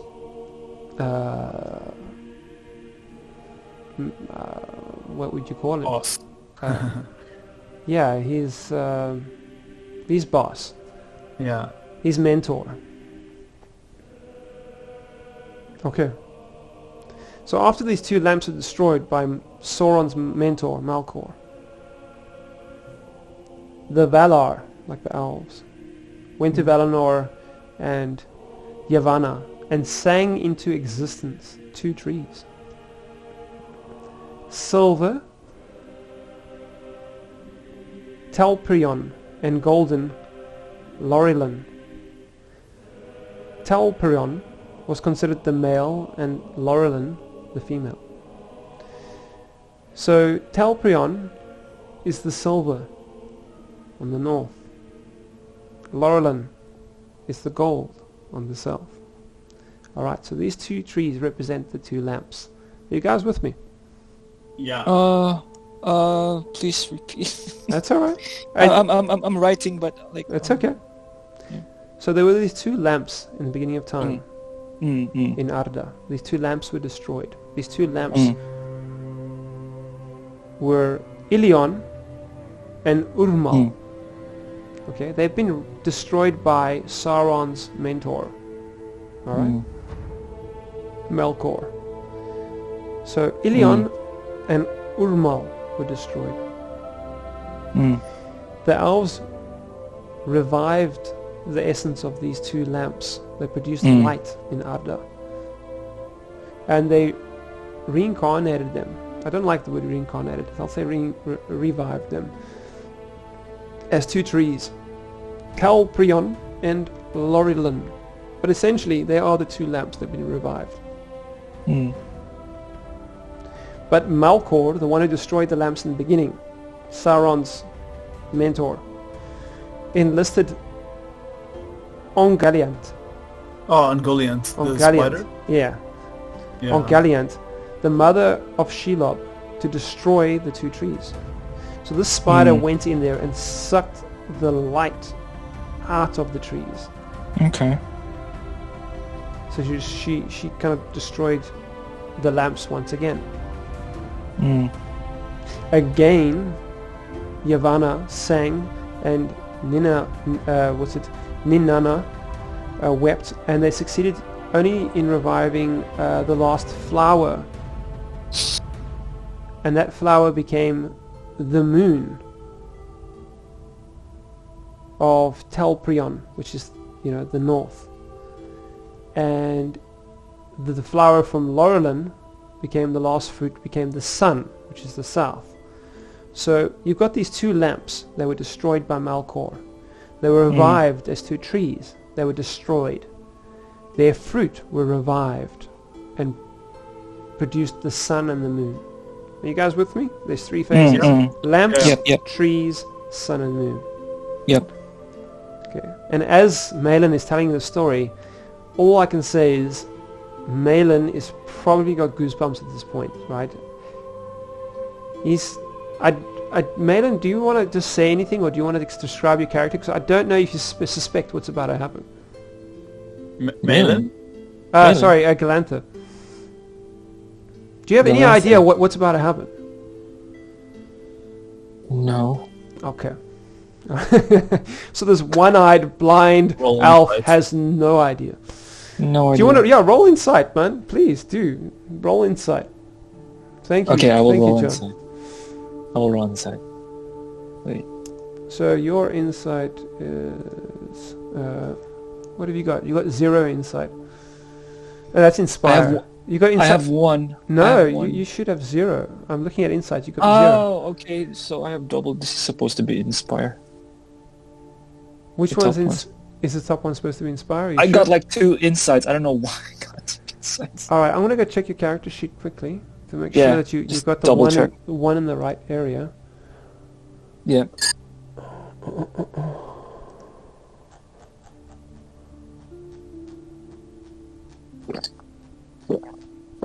I don't have your stats anymore.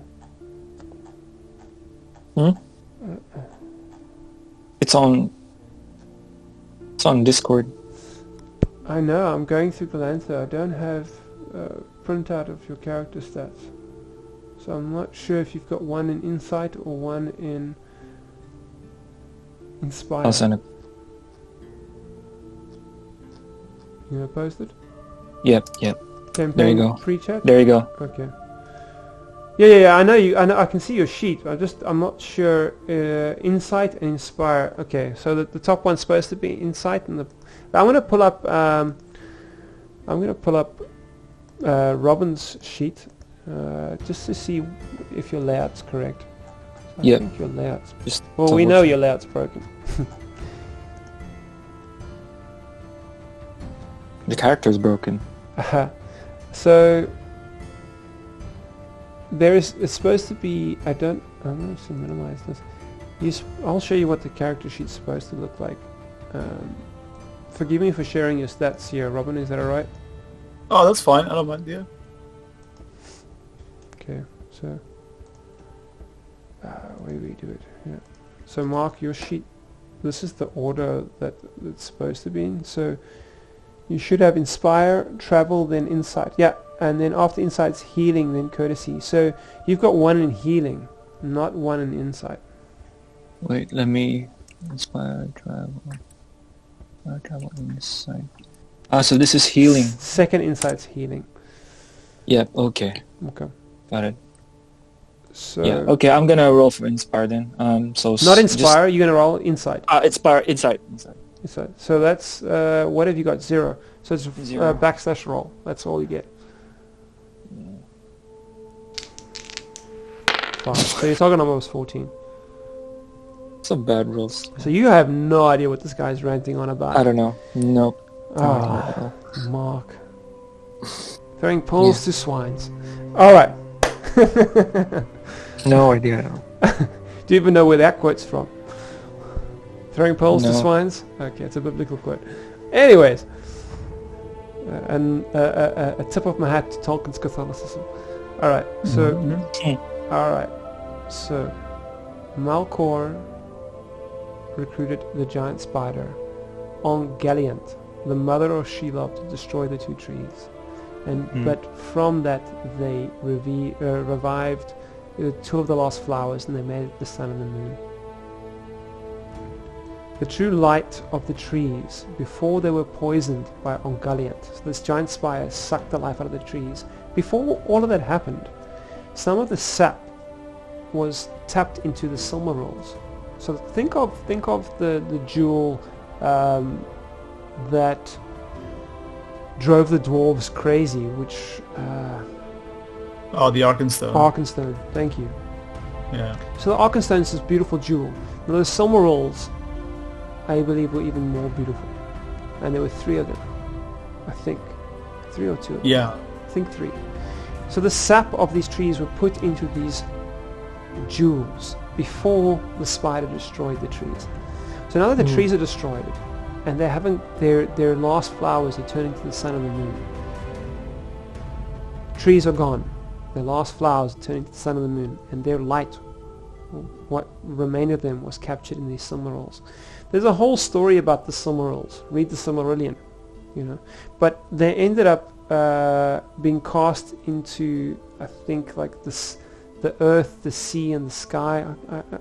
I might have it wrong, but they were cast away eventually because they were kind of like holy gems, and I think Sauron got hold of them and he stole them, and they were burning his hand, and they were reclaimed, and there's a whole story around this. But either way, they were cast away, these 3 Silmarils, into the earth and into the sea, and I don't know if it's into the sky, into the mountains.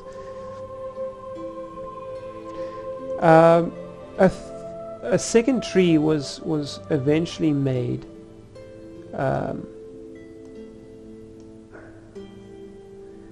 and let me just have a look here. Without going into a long rant, another tree was made in the image of these trees. So chapter 4. So chapter 1 was the lamps. Chapter 2, after the lamps were destroyed, the trees were made. After the trees were destroyed, the sun and the moon were made. So there's chapter 1, 2, and 3. Chapter 4 is another tree was made in the image of those trees. And it all boils down to the fact that there's the white tree of Gondor is the last heir of these trees. Are you guys with me? So that emblem that Gondor uses is the white tree, and that's a tree created in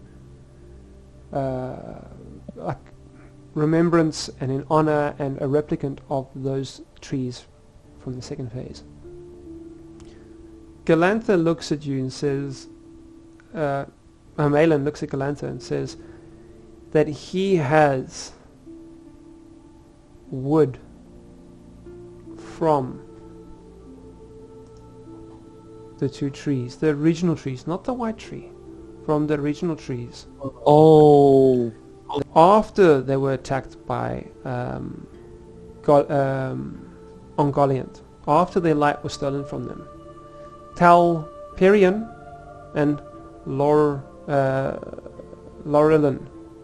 and he shows you these 2 staves of wood, and he says he will craft you a bow, and he takes your broken bow and he breaks off the 2 ends of it, and he just has, let me just have a look here, I believe it's just the grip, and there's another name for the grip, just one moment, the riser. Sorry, I used to look into creating bows many years ago. I've forgotten most of it, but my wife does archery, and my father-in-law's an archer. So he takes the riser, the grip.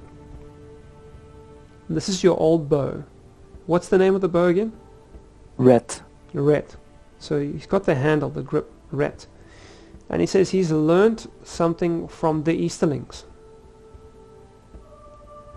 He's interrogated them and he's learnt how to make a recurve bow. Do you guys know what a long bow is? Yeah. Yeah. Okay. I'm going to show you guys what... so a long bow... let me just pull... A long bow is a single stave of wood. That's kind of like an English bow. Mm. Okay. So it's a single piece of wood, a branch or stave that's been turned into a long bow. And you've been very patient, all of you, in this long rant. But essentially, he's learned how to make a recurve bow from the Easterlings. And Easterlings are not friends, but he's interrogated and he's learned from taking some of them out. He's found their bows and he's learned how to make a recurve bow. Now, a recurve bow is extremely powerful. And to give you some insight, Tolkien's based Middle-earth on our Earth, and Tolkien's written another version of Earth's heritage.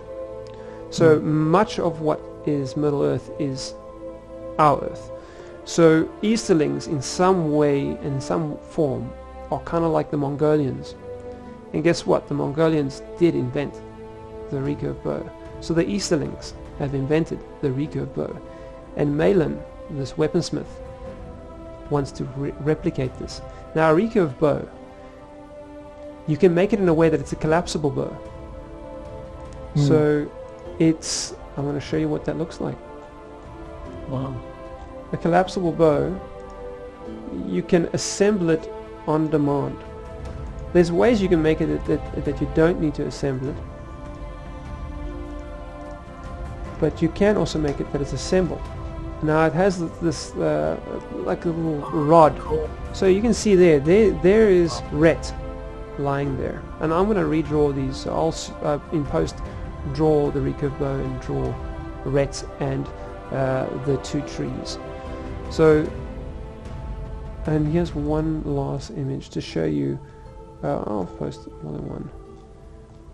But essentially... Oh, so that's the handle. Yeah.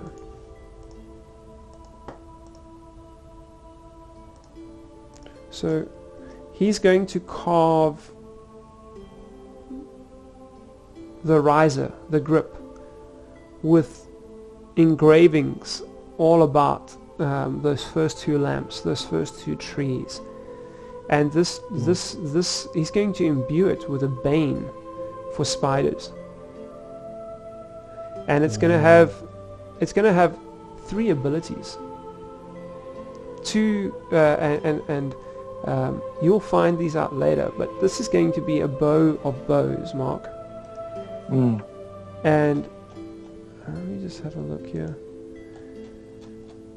I'll send that image to you, and I will just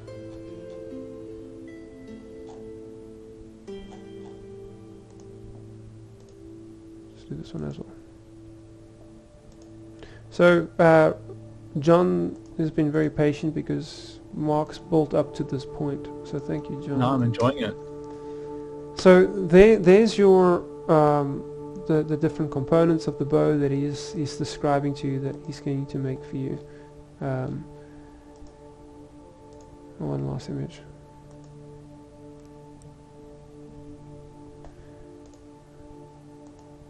And as you can see, that there's that little rod that you drop in to assemble the bow. So, but essentially, Mark, this bow is going to be broken like you broken.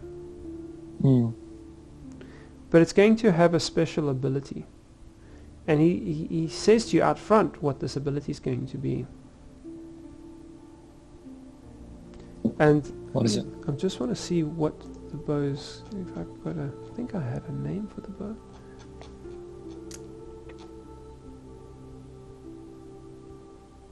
It's called the Simmering Bow.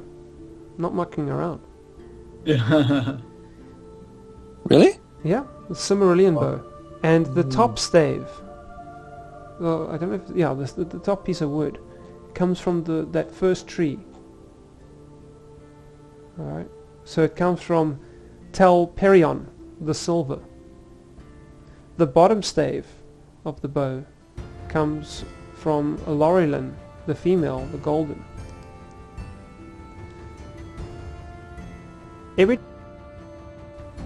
Once per battle, this bow is going to have a special ability that you roll 2 d12s, not 1. You get to keep the highest score, okay?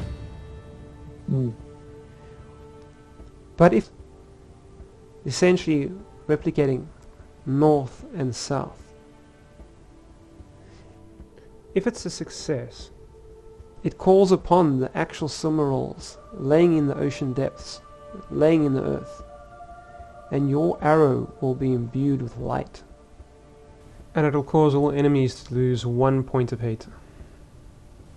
Oh, no. So regardless if it was a success or a failure, that weapon ability can only be done once per battle. And that's the first ability of the bow. It's got 2 more that you get to learn to uncover as you get to know the bow. But first, find out who stole my dagger. Alright, I'm done talking. Okay. Is it my turn? Yeah, anyone. Go for it. Mark, probably more appropriate, yeah. Yep, so after learning that, like, Galantho was just, what is the perfect word? Ready to jump into this task of retrieving that dagger, whatever it takes.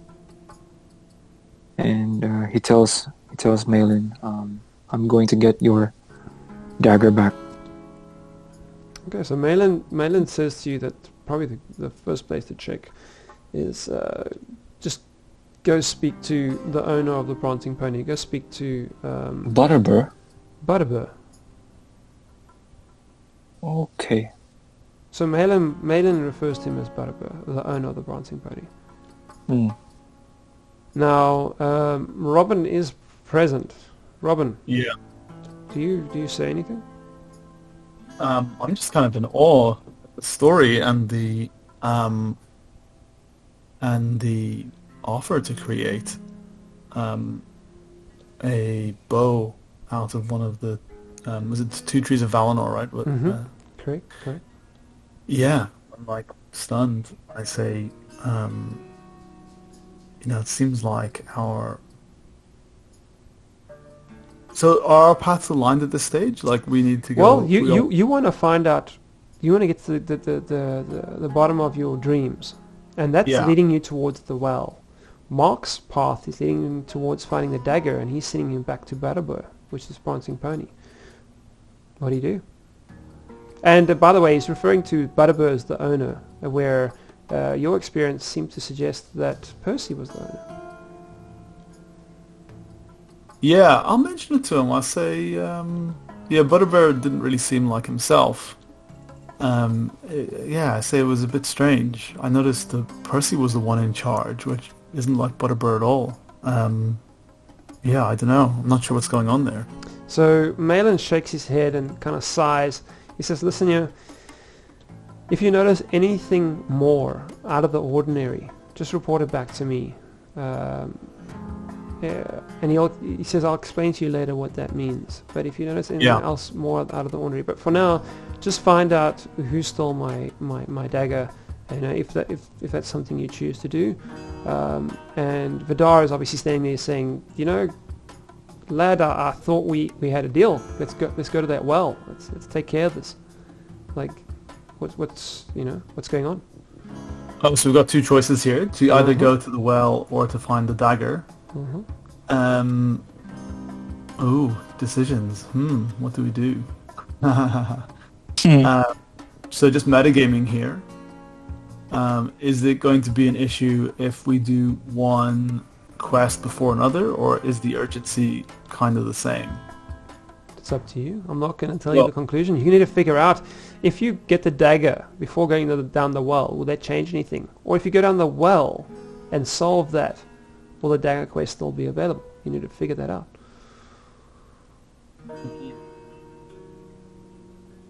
Yeah. You guys can talk to each other at this point. So you haven't introduced yourselves to each other yet. No, don't think we have. I'll say good morning, friend. I am Robin. I'm the gatekeeper. I'm one of the gatekeepers of Bree. And where are you looking for this dagger? Or where are you looking at this dagger from? That's Galantho, yeah. Yeah, I am Galantho of Mirkwood. I hear you have spoken to Butterbur already, so that's where I'm going. And a bit of insight about Galantho. Galantho is like pretty untrusting a bit. So he wouldn't know that yet. So he wouldn't know yet. Robin, do you want to maybe make a roll for me just to see what you assess from would that be insight? Insight roll just to see what you glean from this Galantho fella. Yeah. / roll 3. There's a 15 with the Tengwar. Okay, so you've put you've got a. Okay, I'm going to tell you that because when you invoke a trait, that's something you have to do. By choice, you choose to do that. But if you hit a great success, that's something that I'm just going to notify you of. You did hit a great success, so you automatically get the first pip, the first grade, or the first level of skill group's experience point under perception. Okay, cool. So what do I do with that? So I'm looking at skill groups, perception, and... So the first star, you color that one in. What is the last star you colored in? Was that also perception? When you use the trait? Yeah, that was the third star you said. Yeah. So you've got two experience points you've just unlocked in this session. Oh, cool. So just to guide you guys as players, the more you request to do a roll, the more chances you have of gaining experience. The more stronger your character will be once you spend that experience. Cool. So and what happens when I unlock all 3? Then at the end of I wouldn't say campaign, end of this quests, this before we go to the next fellowship phase, so I guess this mini campaign, at the end of it you get to spend 3 experience points. Along with experience points that I will grant you based on 1 per session and possibly any bonuses based on performance. Yeah. So this is like a leveling thing. Cool. Awesome. Okay. Yeah, I get it. So you've got an automatic you've got a Tengwan rune and you've got 15, so you passed. You don't need to spend hope. You rolled insight, so you just see that. I will tell you what you see, and then you can tell me how you respond. But basically, you see a very dark character, almost tormented, like the elves that were tormented and turned into orcs. What do you make with that information? Well, where did I see the dark character? Is it like in my mind's eye, or is it? No, like you're observing Galantho, this broken individual, in need of light. Oh, okay. Well, my heart goes out to the guy, and I'm like taken aback by kind of the weight of his history, and I say, Vidar, I will accept your quest, but first I'm going to offer my services to Galantho. And I say, Galantho, would you like me to assist you in your quest? Galantho just took a good look at Robin, and he nodded, and he said, any assistance would greatly help. Okay. Because that bow sounds freaking awesome.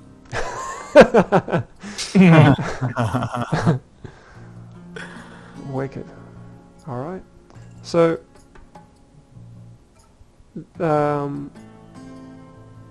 Vidar says, "Fine, ladies," and he says he suggests you go and speak to.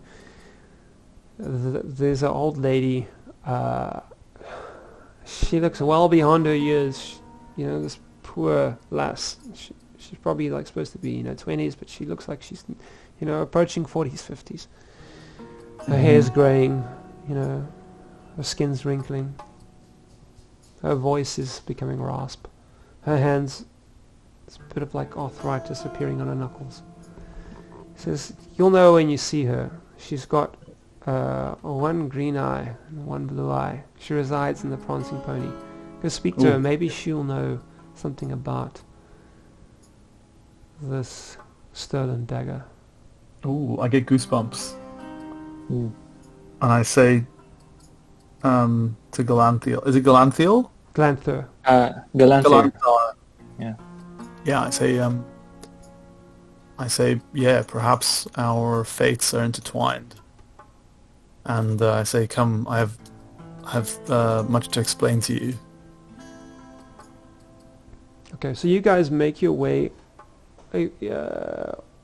Correct me if I'm wrong. Stop me at any point if this is not what you want. But you're probably going to make your way off to the Prancing Pony because that's your point of destination given to you by Vidar. So you guys are moving from 3 to Prancing Pony was again 6. So we're looking at the green map. So you guys are moving. Sorry, guys, I'm just going to take just a 2-minute bio, so I'll be right back. Yeah, likewise. I'll be right back. Yeah, sure.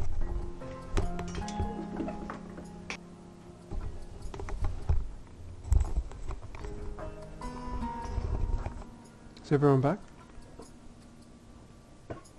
Yeah, I'm here. Yeah, sorry, just got back. Okay, just give me a moment. I'm just putting some prawns in my mouth.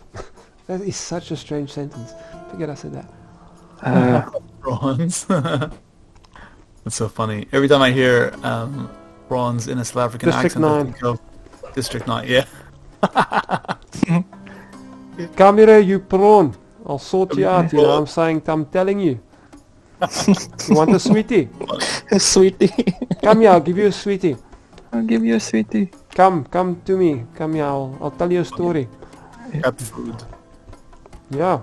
Cat While food, I was it tastes listening nice. to you guys, while I was listening to the whole while Robin was talking to the Hobbit and Dwarf, I was sketching. I'll share it with you guys. What I sketched. Wicked, bro. Wicked. Oh man. Just, So guys, we've got about a half an hour left. Are you able to see it through? Yeah, definitely. Oh, that's yeah, I'm cool. Man, how'd you sketch that so fast? Man, you guys are so talented. Holy crap. No, thanks, man. I was just like listening. I was like, oh. That's so cool. Thanks, man. Oh, that's awesome. Wait, you posted pre-game? Oh, nice. Nice, Mark. Nice. Oh, I shared a pre-game. Okay. Good. Stunning. Yeah, So you got Gormadok and Vidar, right? Yeah. Nice. That's really cool. The eye. The eye. Aye. Alright, guys. Alright, so Jadal is still in the watchtower, but you just hear him. You just hear a and he's throwing up in a bucket upstairs. Yeah. He has Jadal? Yep, that's Jadal upstairs. You guys just completely forgot about your mate. Okay. Well, Robin has never met him before. No, he hasn't. No. I'm going to say that maybe you guys share knowledge about him after you hear him throwing up, regurgitating in a bucket. And so he is not adjusted well to the effects of that nightmare storm, that purple haze of lightning. So he's upstairs and he won't be joining you. So you guys are going to make your way to Prancing Pony. Yep. Okay, sound good? Yeah. We must speak to Butterbur once. So as you guys are leaving Gormadok... On the way, can I just mention something to Galantho as well? I thought about the dream, and I say that I told him about this lady that I said I had goosebumps when he mentioned this lady because I saw her in my visions, and I told him of the visions, like the nightmares and so on. Okay. So, Mark, do you understand anything that out of character now that John is talking to you about? Do you understand what we're talking about? The lady? Yeah. I forgot. I think I dropped in at the just after. Yeah, that's right. So go for it, John, as Robin. Maybe talk to him. Yeah, so Robin. So if I speaking to Robin, I'll say. Yeah, I was. So I've grown up in Bree my whole life. I've never had a reason to leave Bree. I've always been happy at my post, like keeping the gate. But I've had dreams that became nightmares, that became more intense and more detailed, and then eventually became visions. And in one of the visions, I saw a lady with those features, like her hair was the same, her skin was the same, she had different colored eyes. So you can imagine that when I'd heard Vidar talk about this lady at the Prancing Pony, it seems like our journeys lie in the same path. Right. Okay. Okay. So as you guys are leaving, Maiden says, listen, he knows that Vidar says you guys should go speak to that old lady. Her name's actually Myrtle, by the way. Myrtle, yeah. Yeah. Myrtle, okay. And there are 3 other people you might want to interrogate and question that he suspects is Tom the Clumsy. That's a very large barding, come here to see the horses. A hard and cruel man with a limp. Mentha Burrows, a healer whose medicines border on the dark arts. She's rather short, even for a shy hobbit. And Artie, a Breelander gardener who smells like spring, but is anything but unpleasant. Struggling with a gambling problem, the man will punch anyone who just looks at him funny. Ooh. Okay, so you've got 4 characters. You've got Myrtle. Yeah. So she's the young lady that looks old. Yeah, she's got 2 color eyes. The young lady that looks old. Myrtle. Is that, sorry, what you were saying there, John? Yeah, I was just saying if we could make a note of this. Where can we make a note of this? Anyway, just campaign pre-game campaign chat or content. Yeah, campaign content. Yeah, cool. So we'll say these are people of interest. Yep. I'll post it there for you guys. Oh yeah, if you post it, that's a bit better. Yeah.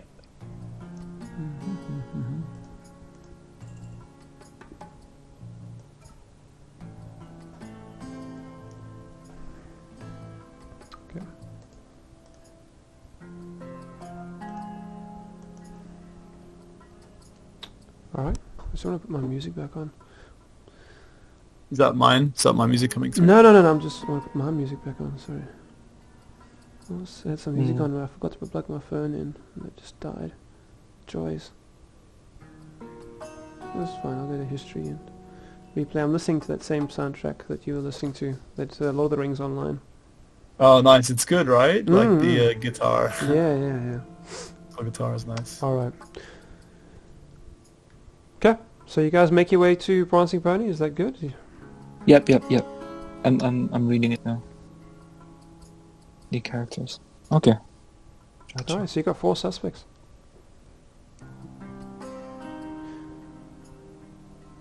So on the way to Prancing Pony, you walk into Butterbur.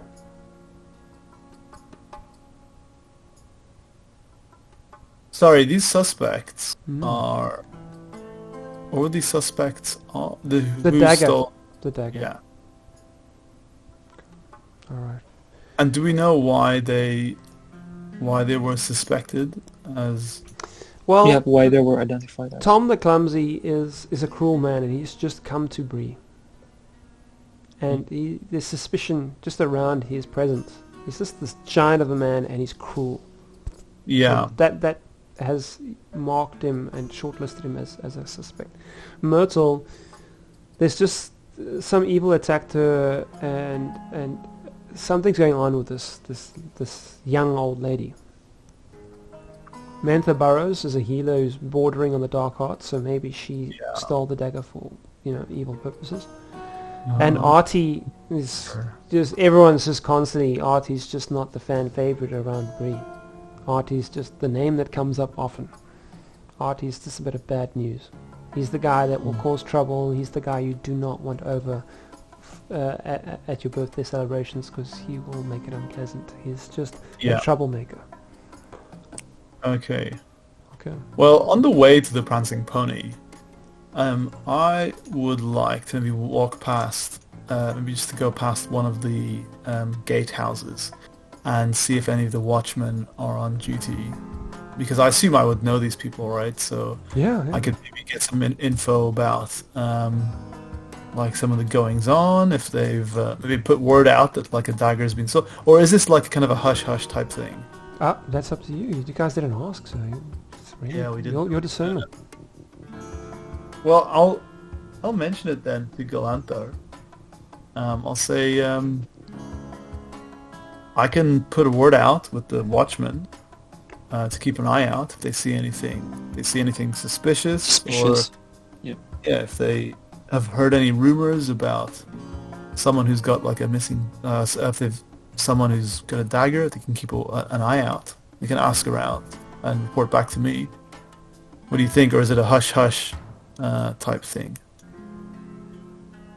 Okay, Oliver, just confirming.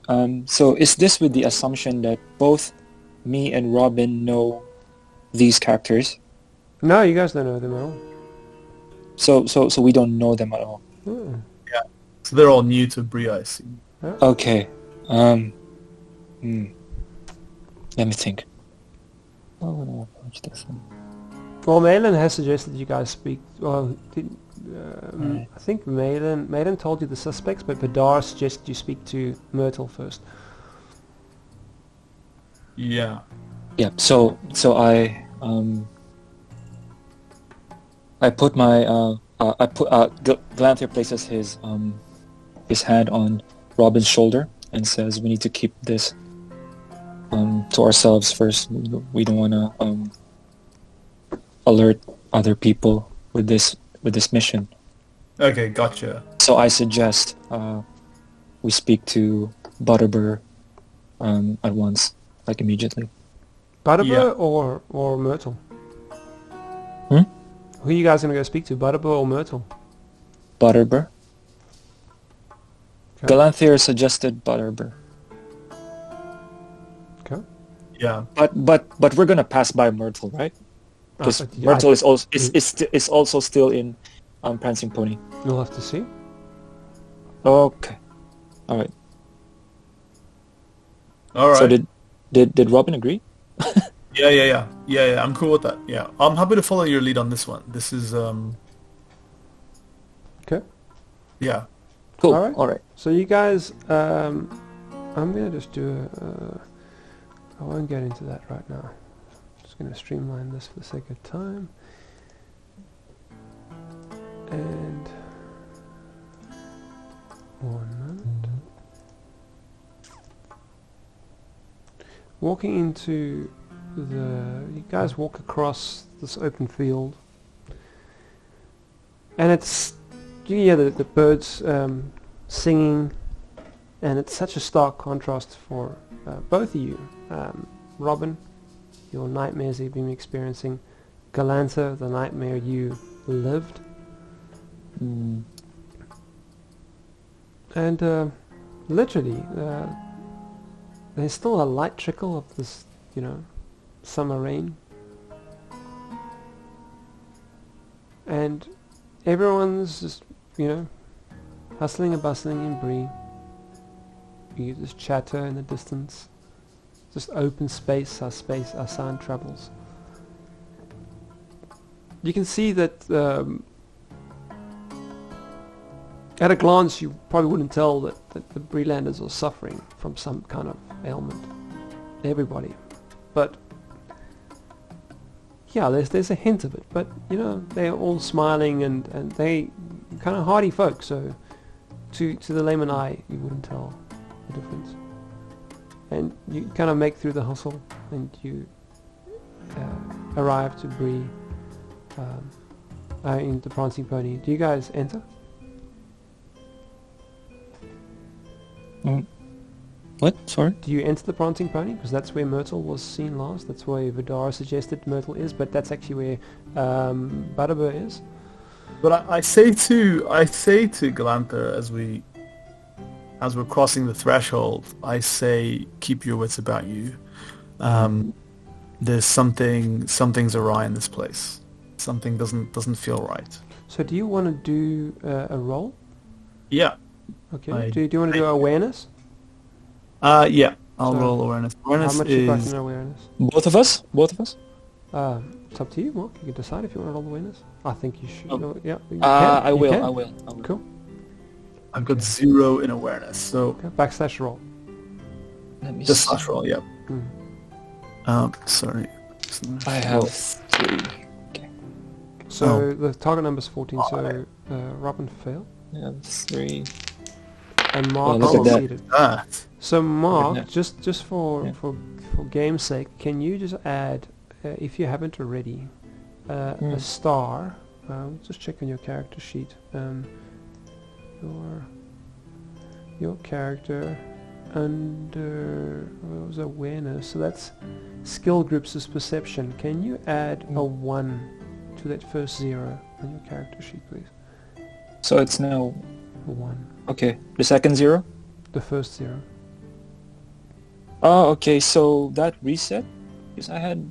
No, you've got 1 under custom. You've got 1 under custom. Am I No, looking? it's I'm not under looking perception. at the. Then I'm looking at the wrong sheet. Sorry. So you've got 1 there, so you can't see. This is where it comes in. Mark can't. I was looking at the wrong character sheet. Sorry. You've already gained 1 advancement point for a great success, so you can't gain another one. So unfortunately, you don't get any experience from this, but you do pass with a great success, not extraordinary success, but so. I'm going to ask Robin to explain how his character fails in perception, and I'll tell him what the negative effect of that is. So let's start there. Yeah. So off to you, Robin. So I'm explaining how I fail in my perception? How you failed, yeah. Oh, right. Well, I walk in, and I guess I'm looking for some sign of what I saw before, either like...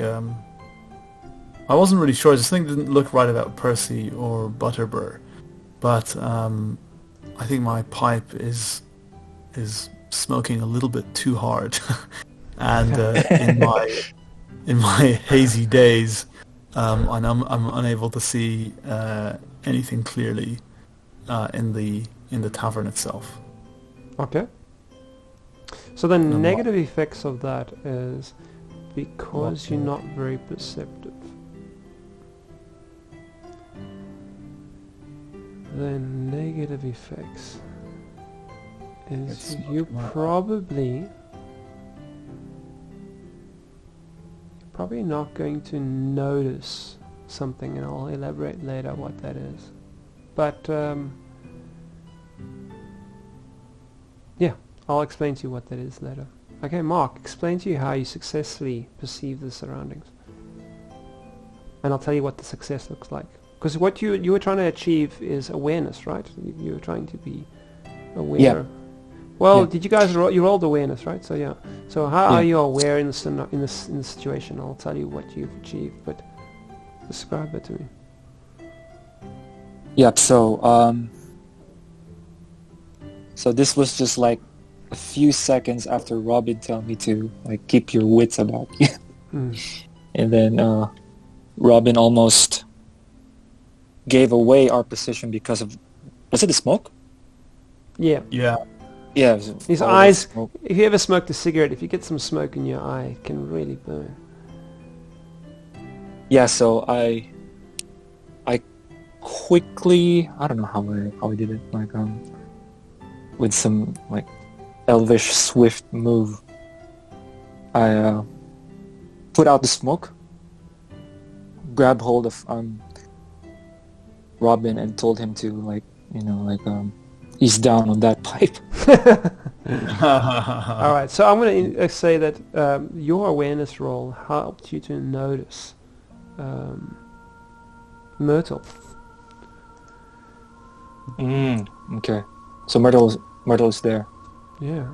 Yep. So Galantho there's remembered. Myrtle. There's Myrtle. There's the old lady with a green eye and a blue eye. Yeah, So Galantho have a clearly look at the remembered. campaign content. Oh yeah. So there's the old lady with the green eye and the blue eye.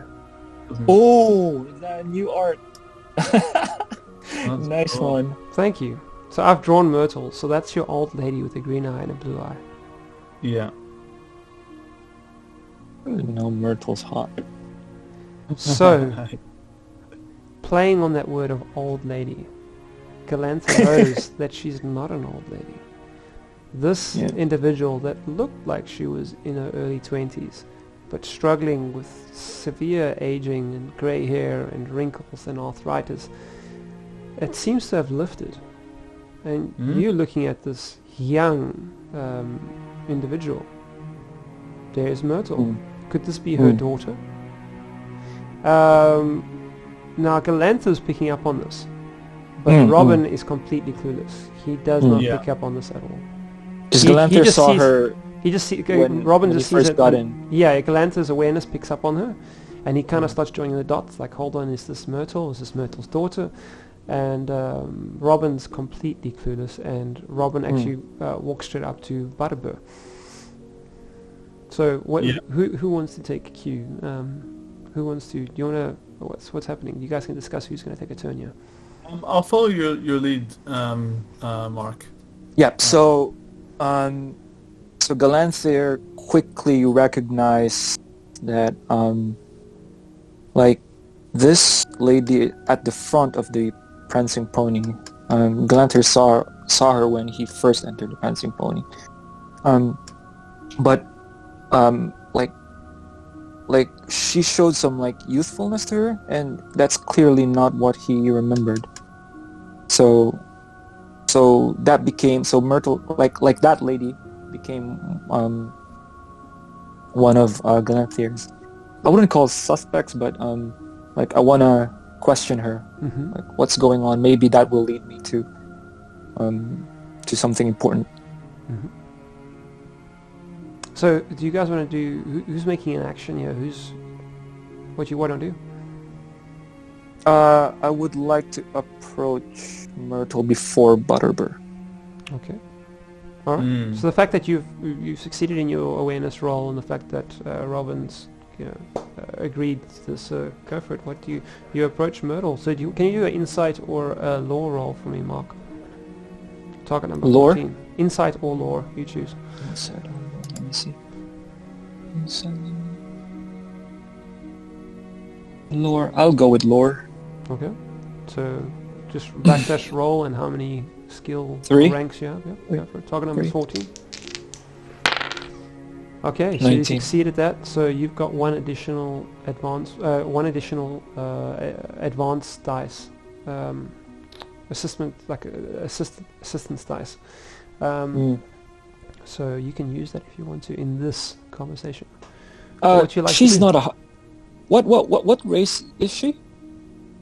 Is she a hobbit? I'm not going to make you roll for this because for the sake of fluidity. No, just she's human. She's a Breelander. She's human. Okay. Okay. So I approached her, and I quickly said that humans don't age backwards. So drop the act. What's going on? Like I asked her, what's going on? That's right. You guys are hilarious. You got John in the background like, yeah, that's right, yeah. Robert will be in the background. You guys are hilarious, man. Oh, it's so good. Backing my friend up. You're backing him up like, yeah, man, yeah. Right, what's up? That ain't right, man. And keeping and staying with Galantho is like, I wouldn't say like rude, but it's just like super straightforward and really serious. So he didn't even bother asking for the name. So he went directly saying like, okay, drop the act, what's going on? Okay.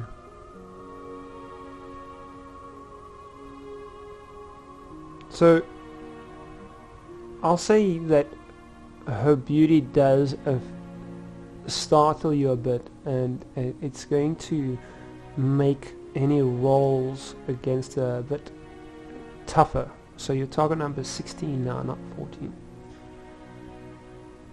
Okay, so what am I rolling for? No, you haven't rolled yet. So Okay. you've basically just interrogated her. So I guess you can roll persuade. It's definitely not inspire. It's not courtesy. It's not insight. It's not awareness. It's not awe. So I'll say persuade. Yeah, I think it's You're trying to persuade her to tell the truth, to spill the beans. Okay.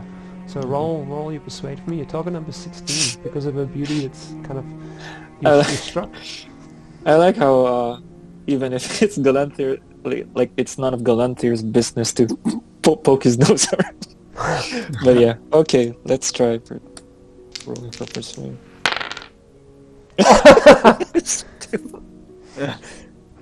Okay, that didn't work.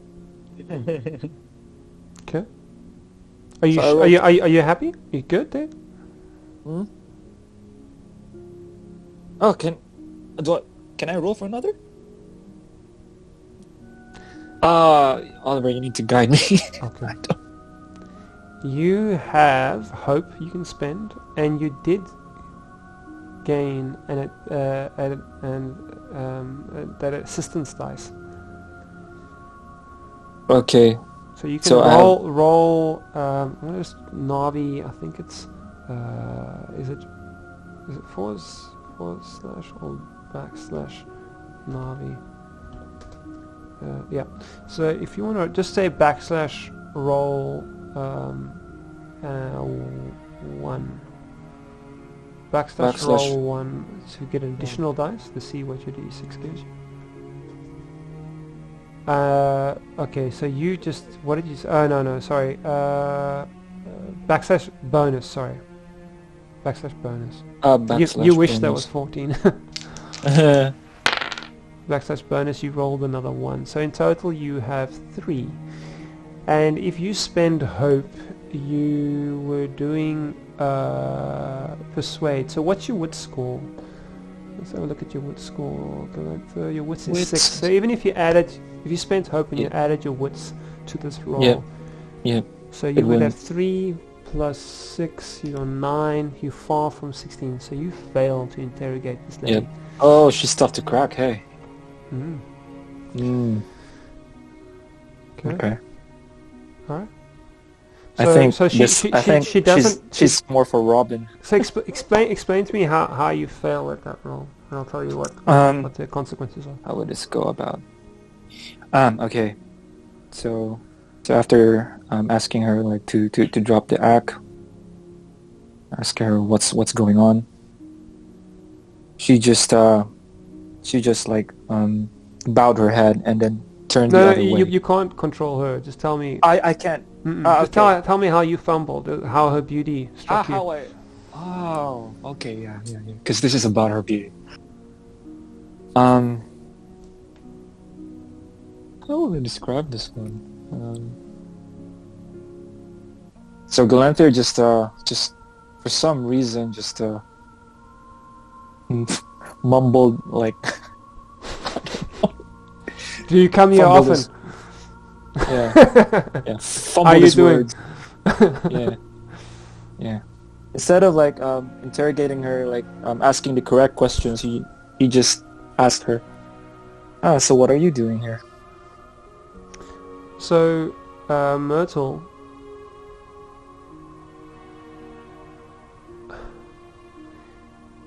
she's quite kind of disgusted and offended, and she kind of like screeches like, "Get away from me!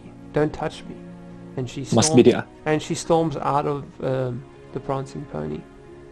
Ooh, brutal. Okay, so she kind of like just casts you off, and everyone's looking at you now like you just harassed this beautiful young lady. You obviously making eyes at her, and she's just not interested in you're not getting the drift. So Percy will just shut up from the corner saying, "Hey, listen here, whatever your beef is, just chat to Butterbur. He'll hook you up with the draft.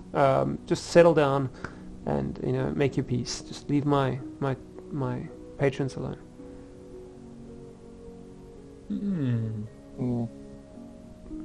I see this interaction and I start charging up my suspicious eye. Must be the eye. Yeah. So hang on, where's her picture? I'd like to just take a moment. So as a gatekeeper, you become very good at looking at like people watching, right? And like judging their intentions or what their motives might be, or if they're trying to cause any trouble. So I'm wondering if I could get any insight into like why she's here. Like I'm naturally suspicious of outsiders. Do an insight roll. Just your target number is 16. She's quite striking, so you guys are all struggling with this a bit. Okay, cool. My insight is 3. Okay, so I go into the content, sorry. Yeah, you got roll this, Robin. Roll 3. Oh, 16. Oh, look at that. So, just remember, you've got a failure. Join the dots. That who she is yet. You just see an attractive woman. You don't think of her as Myrtle. So you've got a 10-1 rune. So just have you got you've got your first advancement point under perception already, correct? Under skill groups. Yeah, I think I've got two advancement points there. One for the third one you've unlocked using your trait, and the first one using by getting a great success with a 6. Yeah. All right. So you've got another one now which you can't use because you've already got a success previously. So you've already unlocked that skill point. So you can't do it again. Okay. So each of those stars, like position the position 1 star and 2 star, 3 star, they all mean something, right? Yeah. So the first one is 1 6 in a roll. The second one is 2 6s in a row. The third one is when you invoke a trait and explain how that trait helped you. Cool. Okay. Got it. Right. So you have passed, and you've passed your roll, and you gleaned information about her regarding when she arrived, and you can assess that you saw her enter the gate on your own watch, and it was when the nightmare started, and when the storm started. But you do recall that she was struck by it and hurt by it. She was struck by the lightning. Yeah, but this nightmare, this dream-like thunderstorm that happens at night that you haven't seen yourself, but you've seen in your dreams, has negatively hurt her. Like you've seen her age in front of you. You still haven't drawn the conclusion that this is the woman from your nightmares, but you do know that you coincide her arrival with these nightmares, but you at the same time also know that you've seen the effects of these nightmares on her, and you've seen her age. Yeah. Okay, cool. You want to explain anything? You want to roleplay any of that?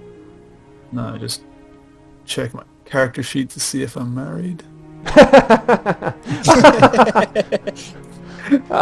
Hilarious. No, that's cool. Well, I look over at Galantho and say, have you met old Butterbur yet? No.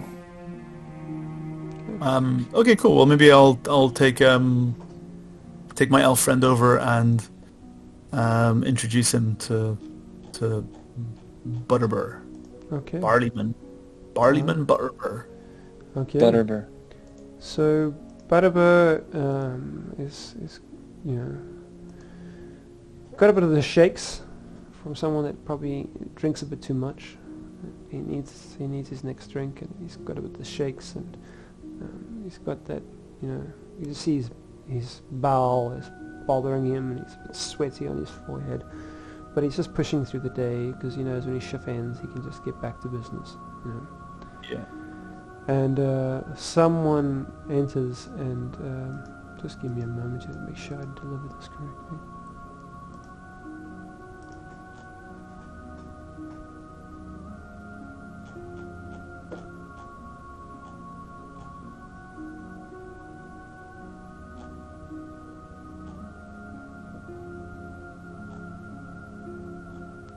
Found what I need.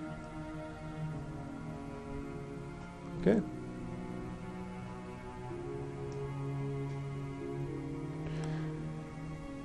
So, as you see him getting the shakes and struggling, you have this character. If you go to... oh, no, I pasted it in the wrong area. How bad. You have this character approach Butterbur and just say, listen, yeah, there's something wrong with your horse. You must come see immediately. Something happened to your horse during the night. Oh, wow. So there's an illustration there under content. Campaign content. You came into Southron? You don't know his name yet, but he's come, he's a very, very large man. And he's quite gruff and to the point. Can you guys see the illustration? Yeah, you're killing with the art, Oliver. Oh, thanks, bro. Yeah, I did a drawing of this chap. You'll find out who he is soon. Mark draws with me on Sunday evenings, and he pesters me to see my drawings, and I refuse because I know he's playing the same campaign, and I'm like, sorry, Mark, you're part of the campaign. You can't see the drawings. So he's been waiting a while to see some of these. So there you go. That's cool. Yeah. That's been a hard no every time he asks. I'm like, no to your face, Mark. Yeah. Quite a painful experience. So this chap, Butterbur turns around and says, listen, Tom, take me there straight away. And, you know, what do you guys do? Butterbur and Tom leaves around the corner to go and investigate what's just happened to his horse overnight. Something drastic and dreadful's happened to his horse. So whose horse did this happen to? Butterbur's horse. Butterbur's horse? During the night, something happened to his horse.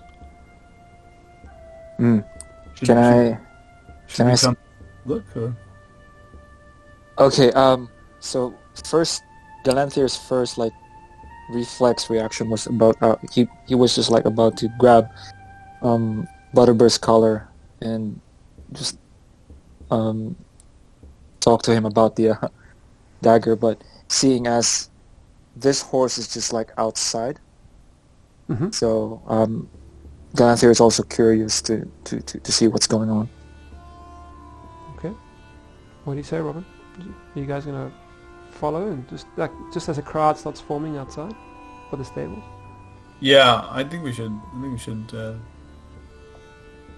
Yeah, I think we should go and watch. Okay. So going outside and going to the stables to perceive what's happened, you gather that this chap is Tom the Clumsy. Let's come to speak to Butterbur. Because something's wrong with his horse. Something dreadful. Ah, so that's the large barding. Okay. Something dreadful's happened to Butterbur's horse during the night. The horse is not well.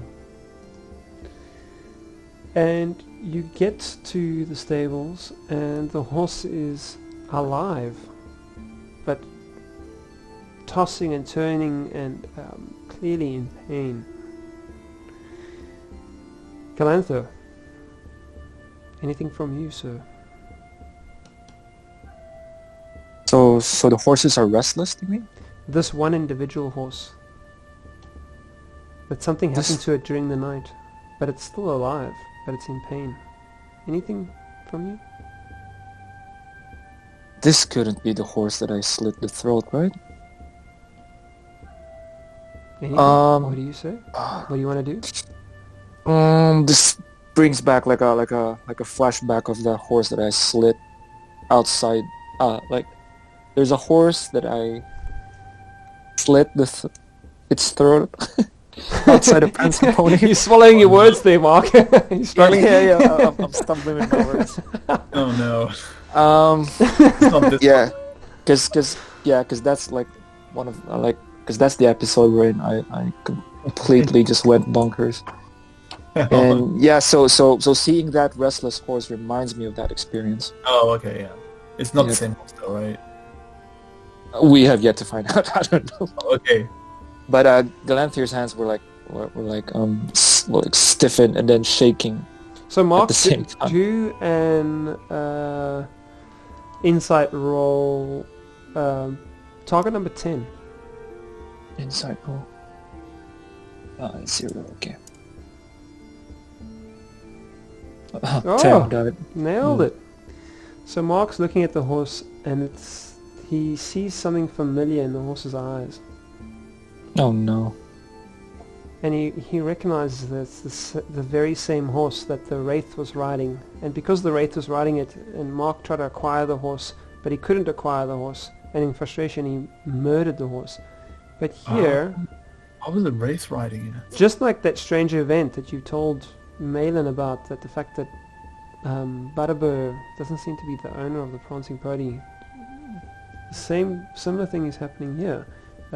Not only is Myrtle younger, but this What horse... do you mean, sorry? So Butterbur, you've seen that Percy is the owner of the Prancing Pony, and you mentioned that to Malin when you were at the Watchtower, and he said, if you notice anything strange, just come let me know. So anything strange that happens, he asked you to let him know, apart from you finding out who the thief of the dagger is. By you mentioning that Percy seems to be the owner of or in charge of Prancing Pony instead of Butterbur, Malin, the High Elf, the weaponsmith, said, if you guys notice anything else strange, come let me know. So you've noticed not only Percy in charge of the Prancing Pony, but you've noticed this young lady, who potentially should have been an old lady, and you've noticed a dead horse who's now somewhat alive. Have a look at campaign content. There's a picture of a horse, and the horse gives birth. The horse was not in anguish. Wow, that's it was crazy. In anguish, but it actually gave birth, and the horse that gives birth to has a strange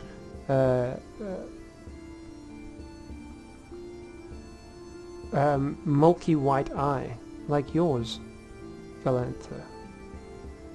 Oh. What is going on? Wow, weird. So there's just a drawing of the horse that Galantho slayed in the previous campaign is alive, surprisingly, and instead of anguishing in pain, the horse he killed was actually pregnant. Wow. And it gave birth. So there's a drawing of the horse and its calf that I drew. Okay. So I looked at Robin, because there's a chance that we're in a trance or in a spell or something, because something's not right. Yeah, time is being weird. Yeah. I reckon we head back and report this to the High Elf. Yeah. Okay. So as you guys... so his name is Malin? Malin, yeah. So as you guys are making your way back, I'm trying to see where did I put that. Someone points out that I believe it's Tom Bombadil. Not Tom Bombadil, yeah, that would be amazing. It's Butterbur. Butterbur says, listen here,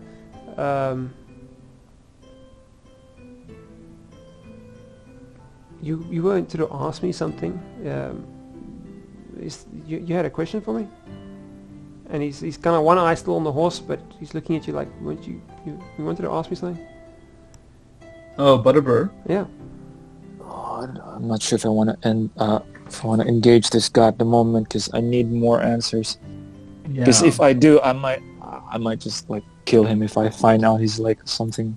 Galantho is just not stable, man. But what do you think, Robin? You know this elf. Go for it, Robin. Go with your gut. Go with your gut, Robin. Go with your gut. You've let Galantho take a couple of leads. What do you think? Sure. Well, I look at Butterbur and I say, Butterbur, you and I have known each other a while.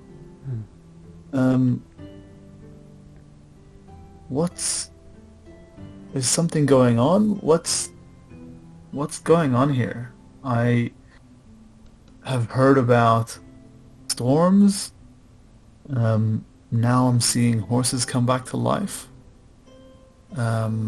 What's the deal? Like, now you're no longer in charge of the Prancing Pony? And he's rather like, he looks at you confused, like, and then he just, he's rather insecure. He's still got the shakes, and his patience is low. And he said, "Listen, I don't have time for games. You had a question. You started saying something about you came here to ask me about something." Yeah. Now, out of game, what was the question that we were going to ask him again? Was it about the dagger? Yep. Yep. I say, look, my elf friend and I are looking for a dagger that has gone missing or has been stolen. We have a lot of new characters in Bree. A lot of strangers recently staying at the tavern. Have you seen anything? Anyone acting suspiciously? Anything we should know about? And I maybe mention the names to him as well. Okay. So the people. Yeah, sure. Like Myrtle, Tom, Mentha, and Artie.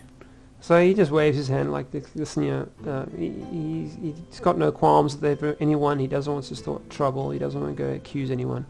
But he has heard rumors that someone was seen in the dark of night leaving the watchtower. And I'm going to just tell you something quickly. So scroll up. Okay.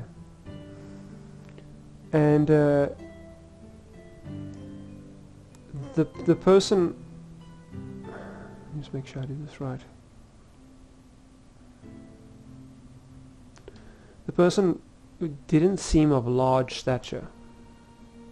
It was in the shade of night, and they were fleeing, but they didn't seem of large stature because the entrance they came through was the watchtower's window, and someone had to be either of Breland build or smaller to fit through there. Yeah. Well, so it wouldn't be Tom the Clumsy. Well done, guys. Could be potentially Artie. He's a Breelander. Mentha is of short stature. Yeah. And obviously Myrtle. You guys are playing well. I'll just give you that. Well done. My gut says it's Mentha, but it's Mentha from the beginning. But I think we need to investigate a little bit more. Mentha or Myrtle? Mentha is the healer. The healer. Okay, the dark arts healer. Yeah. But she's hobbit, right? She's short. Yeah, she is short. Yeah, what did it say there? Mentha, Burrows, healer, dark arts, Shire hobbit. All right. But I think we need to investigate more. I think we need to. Do you want to talk to anyone there? Did we try talking to Myrtle? No, she didn't. No, we haven't. Right. Yeah, you guys talked to her, and Mark tried to pull some moves for the sounds of it, the way she reacted. Smooth. Starstruck. Okay. He started simping big time. What time of day is it now?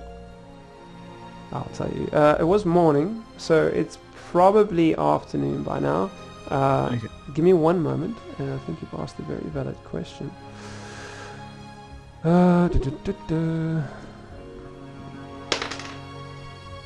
Alright, that rain has stopped. It's now cloudy outside. So the cloud is kind of blocking out that warm sun that you were experiencing earlier. So now it's bright, but all of that warmth that was touching your skin, that you were soaking up, has kind of dissipated.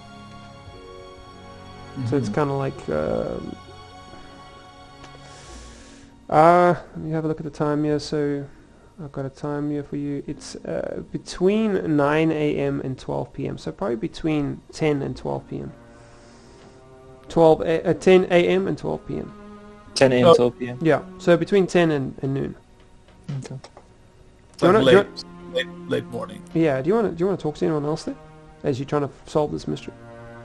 Yeah. So where are we right now? We're back Prancing at the Pony. Yeah. We're inside, or we're at the stables. Stable. We're at the stables, yeah.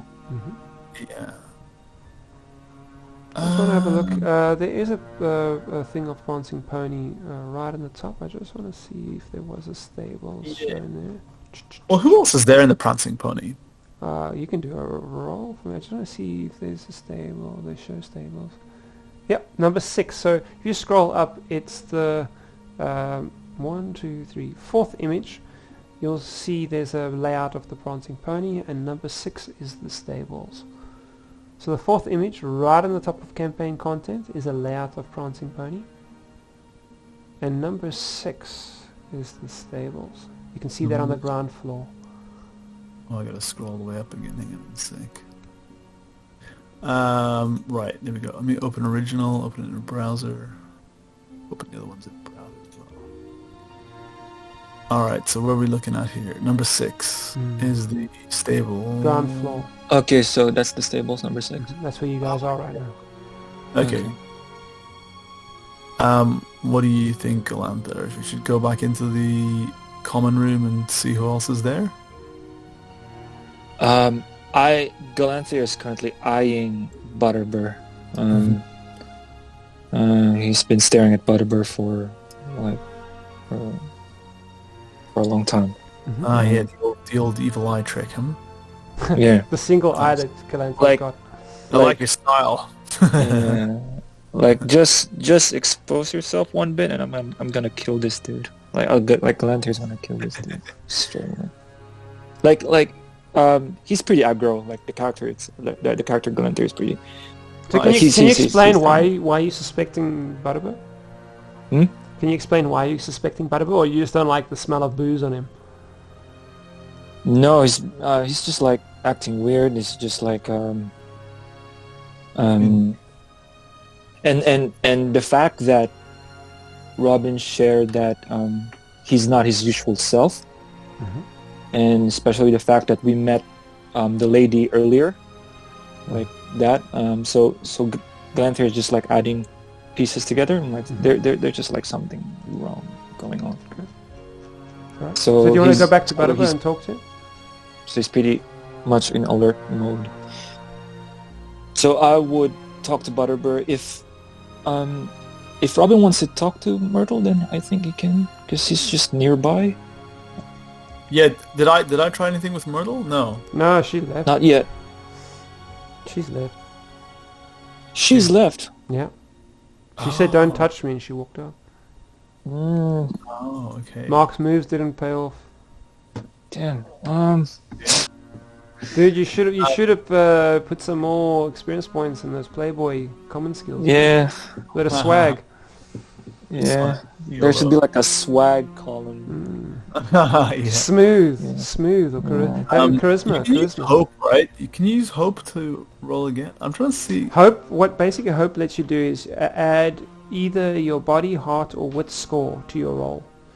So basically, just the same way if you're looking at your character sheet, you have those skill groups where you're gaining experience every time you roll, and you either get a great success or extraordinary success, or you use a trait.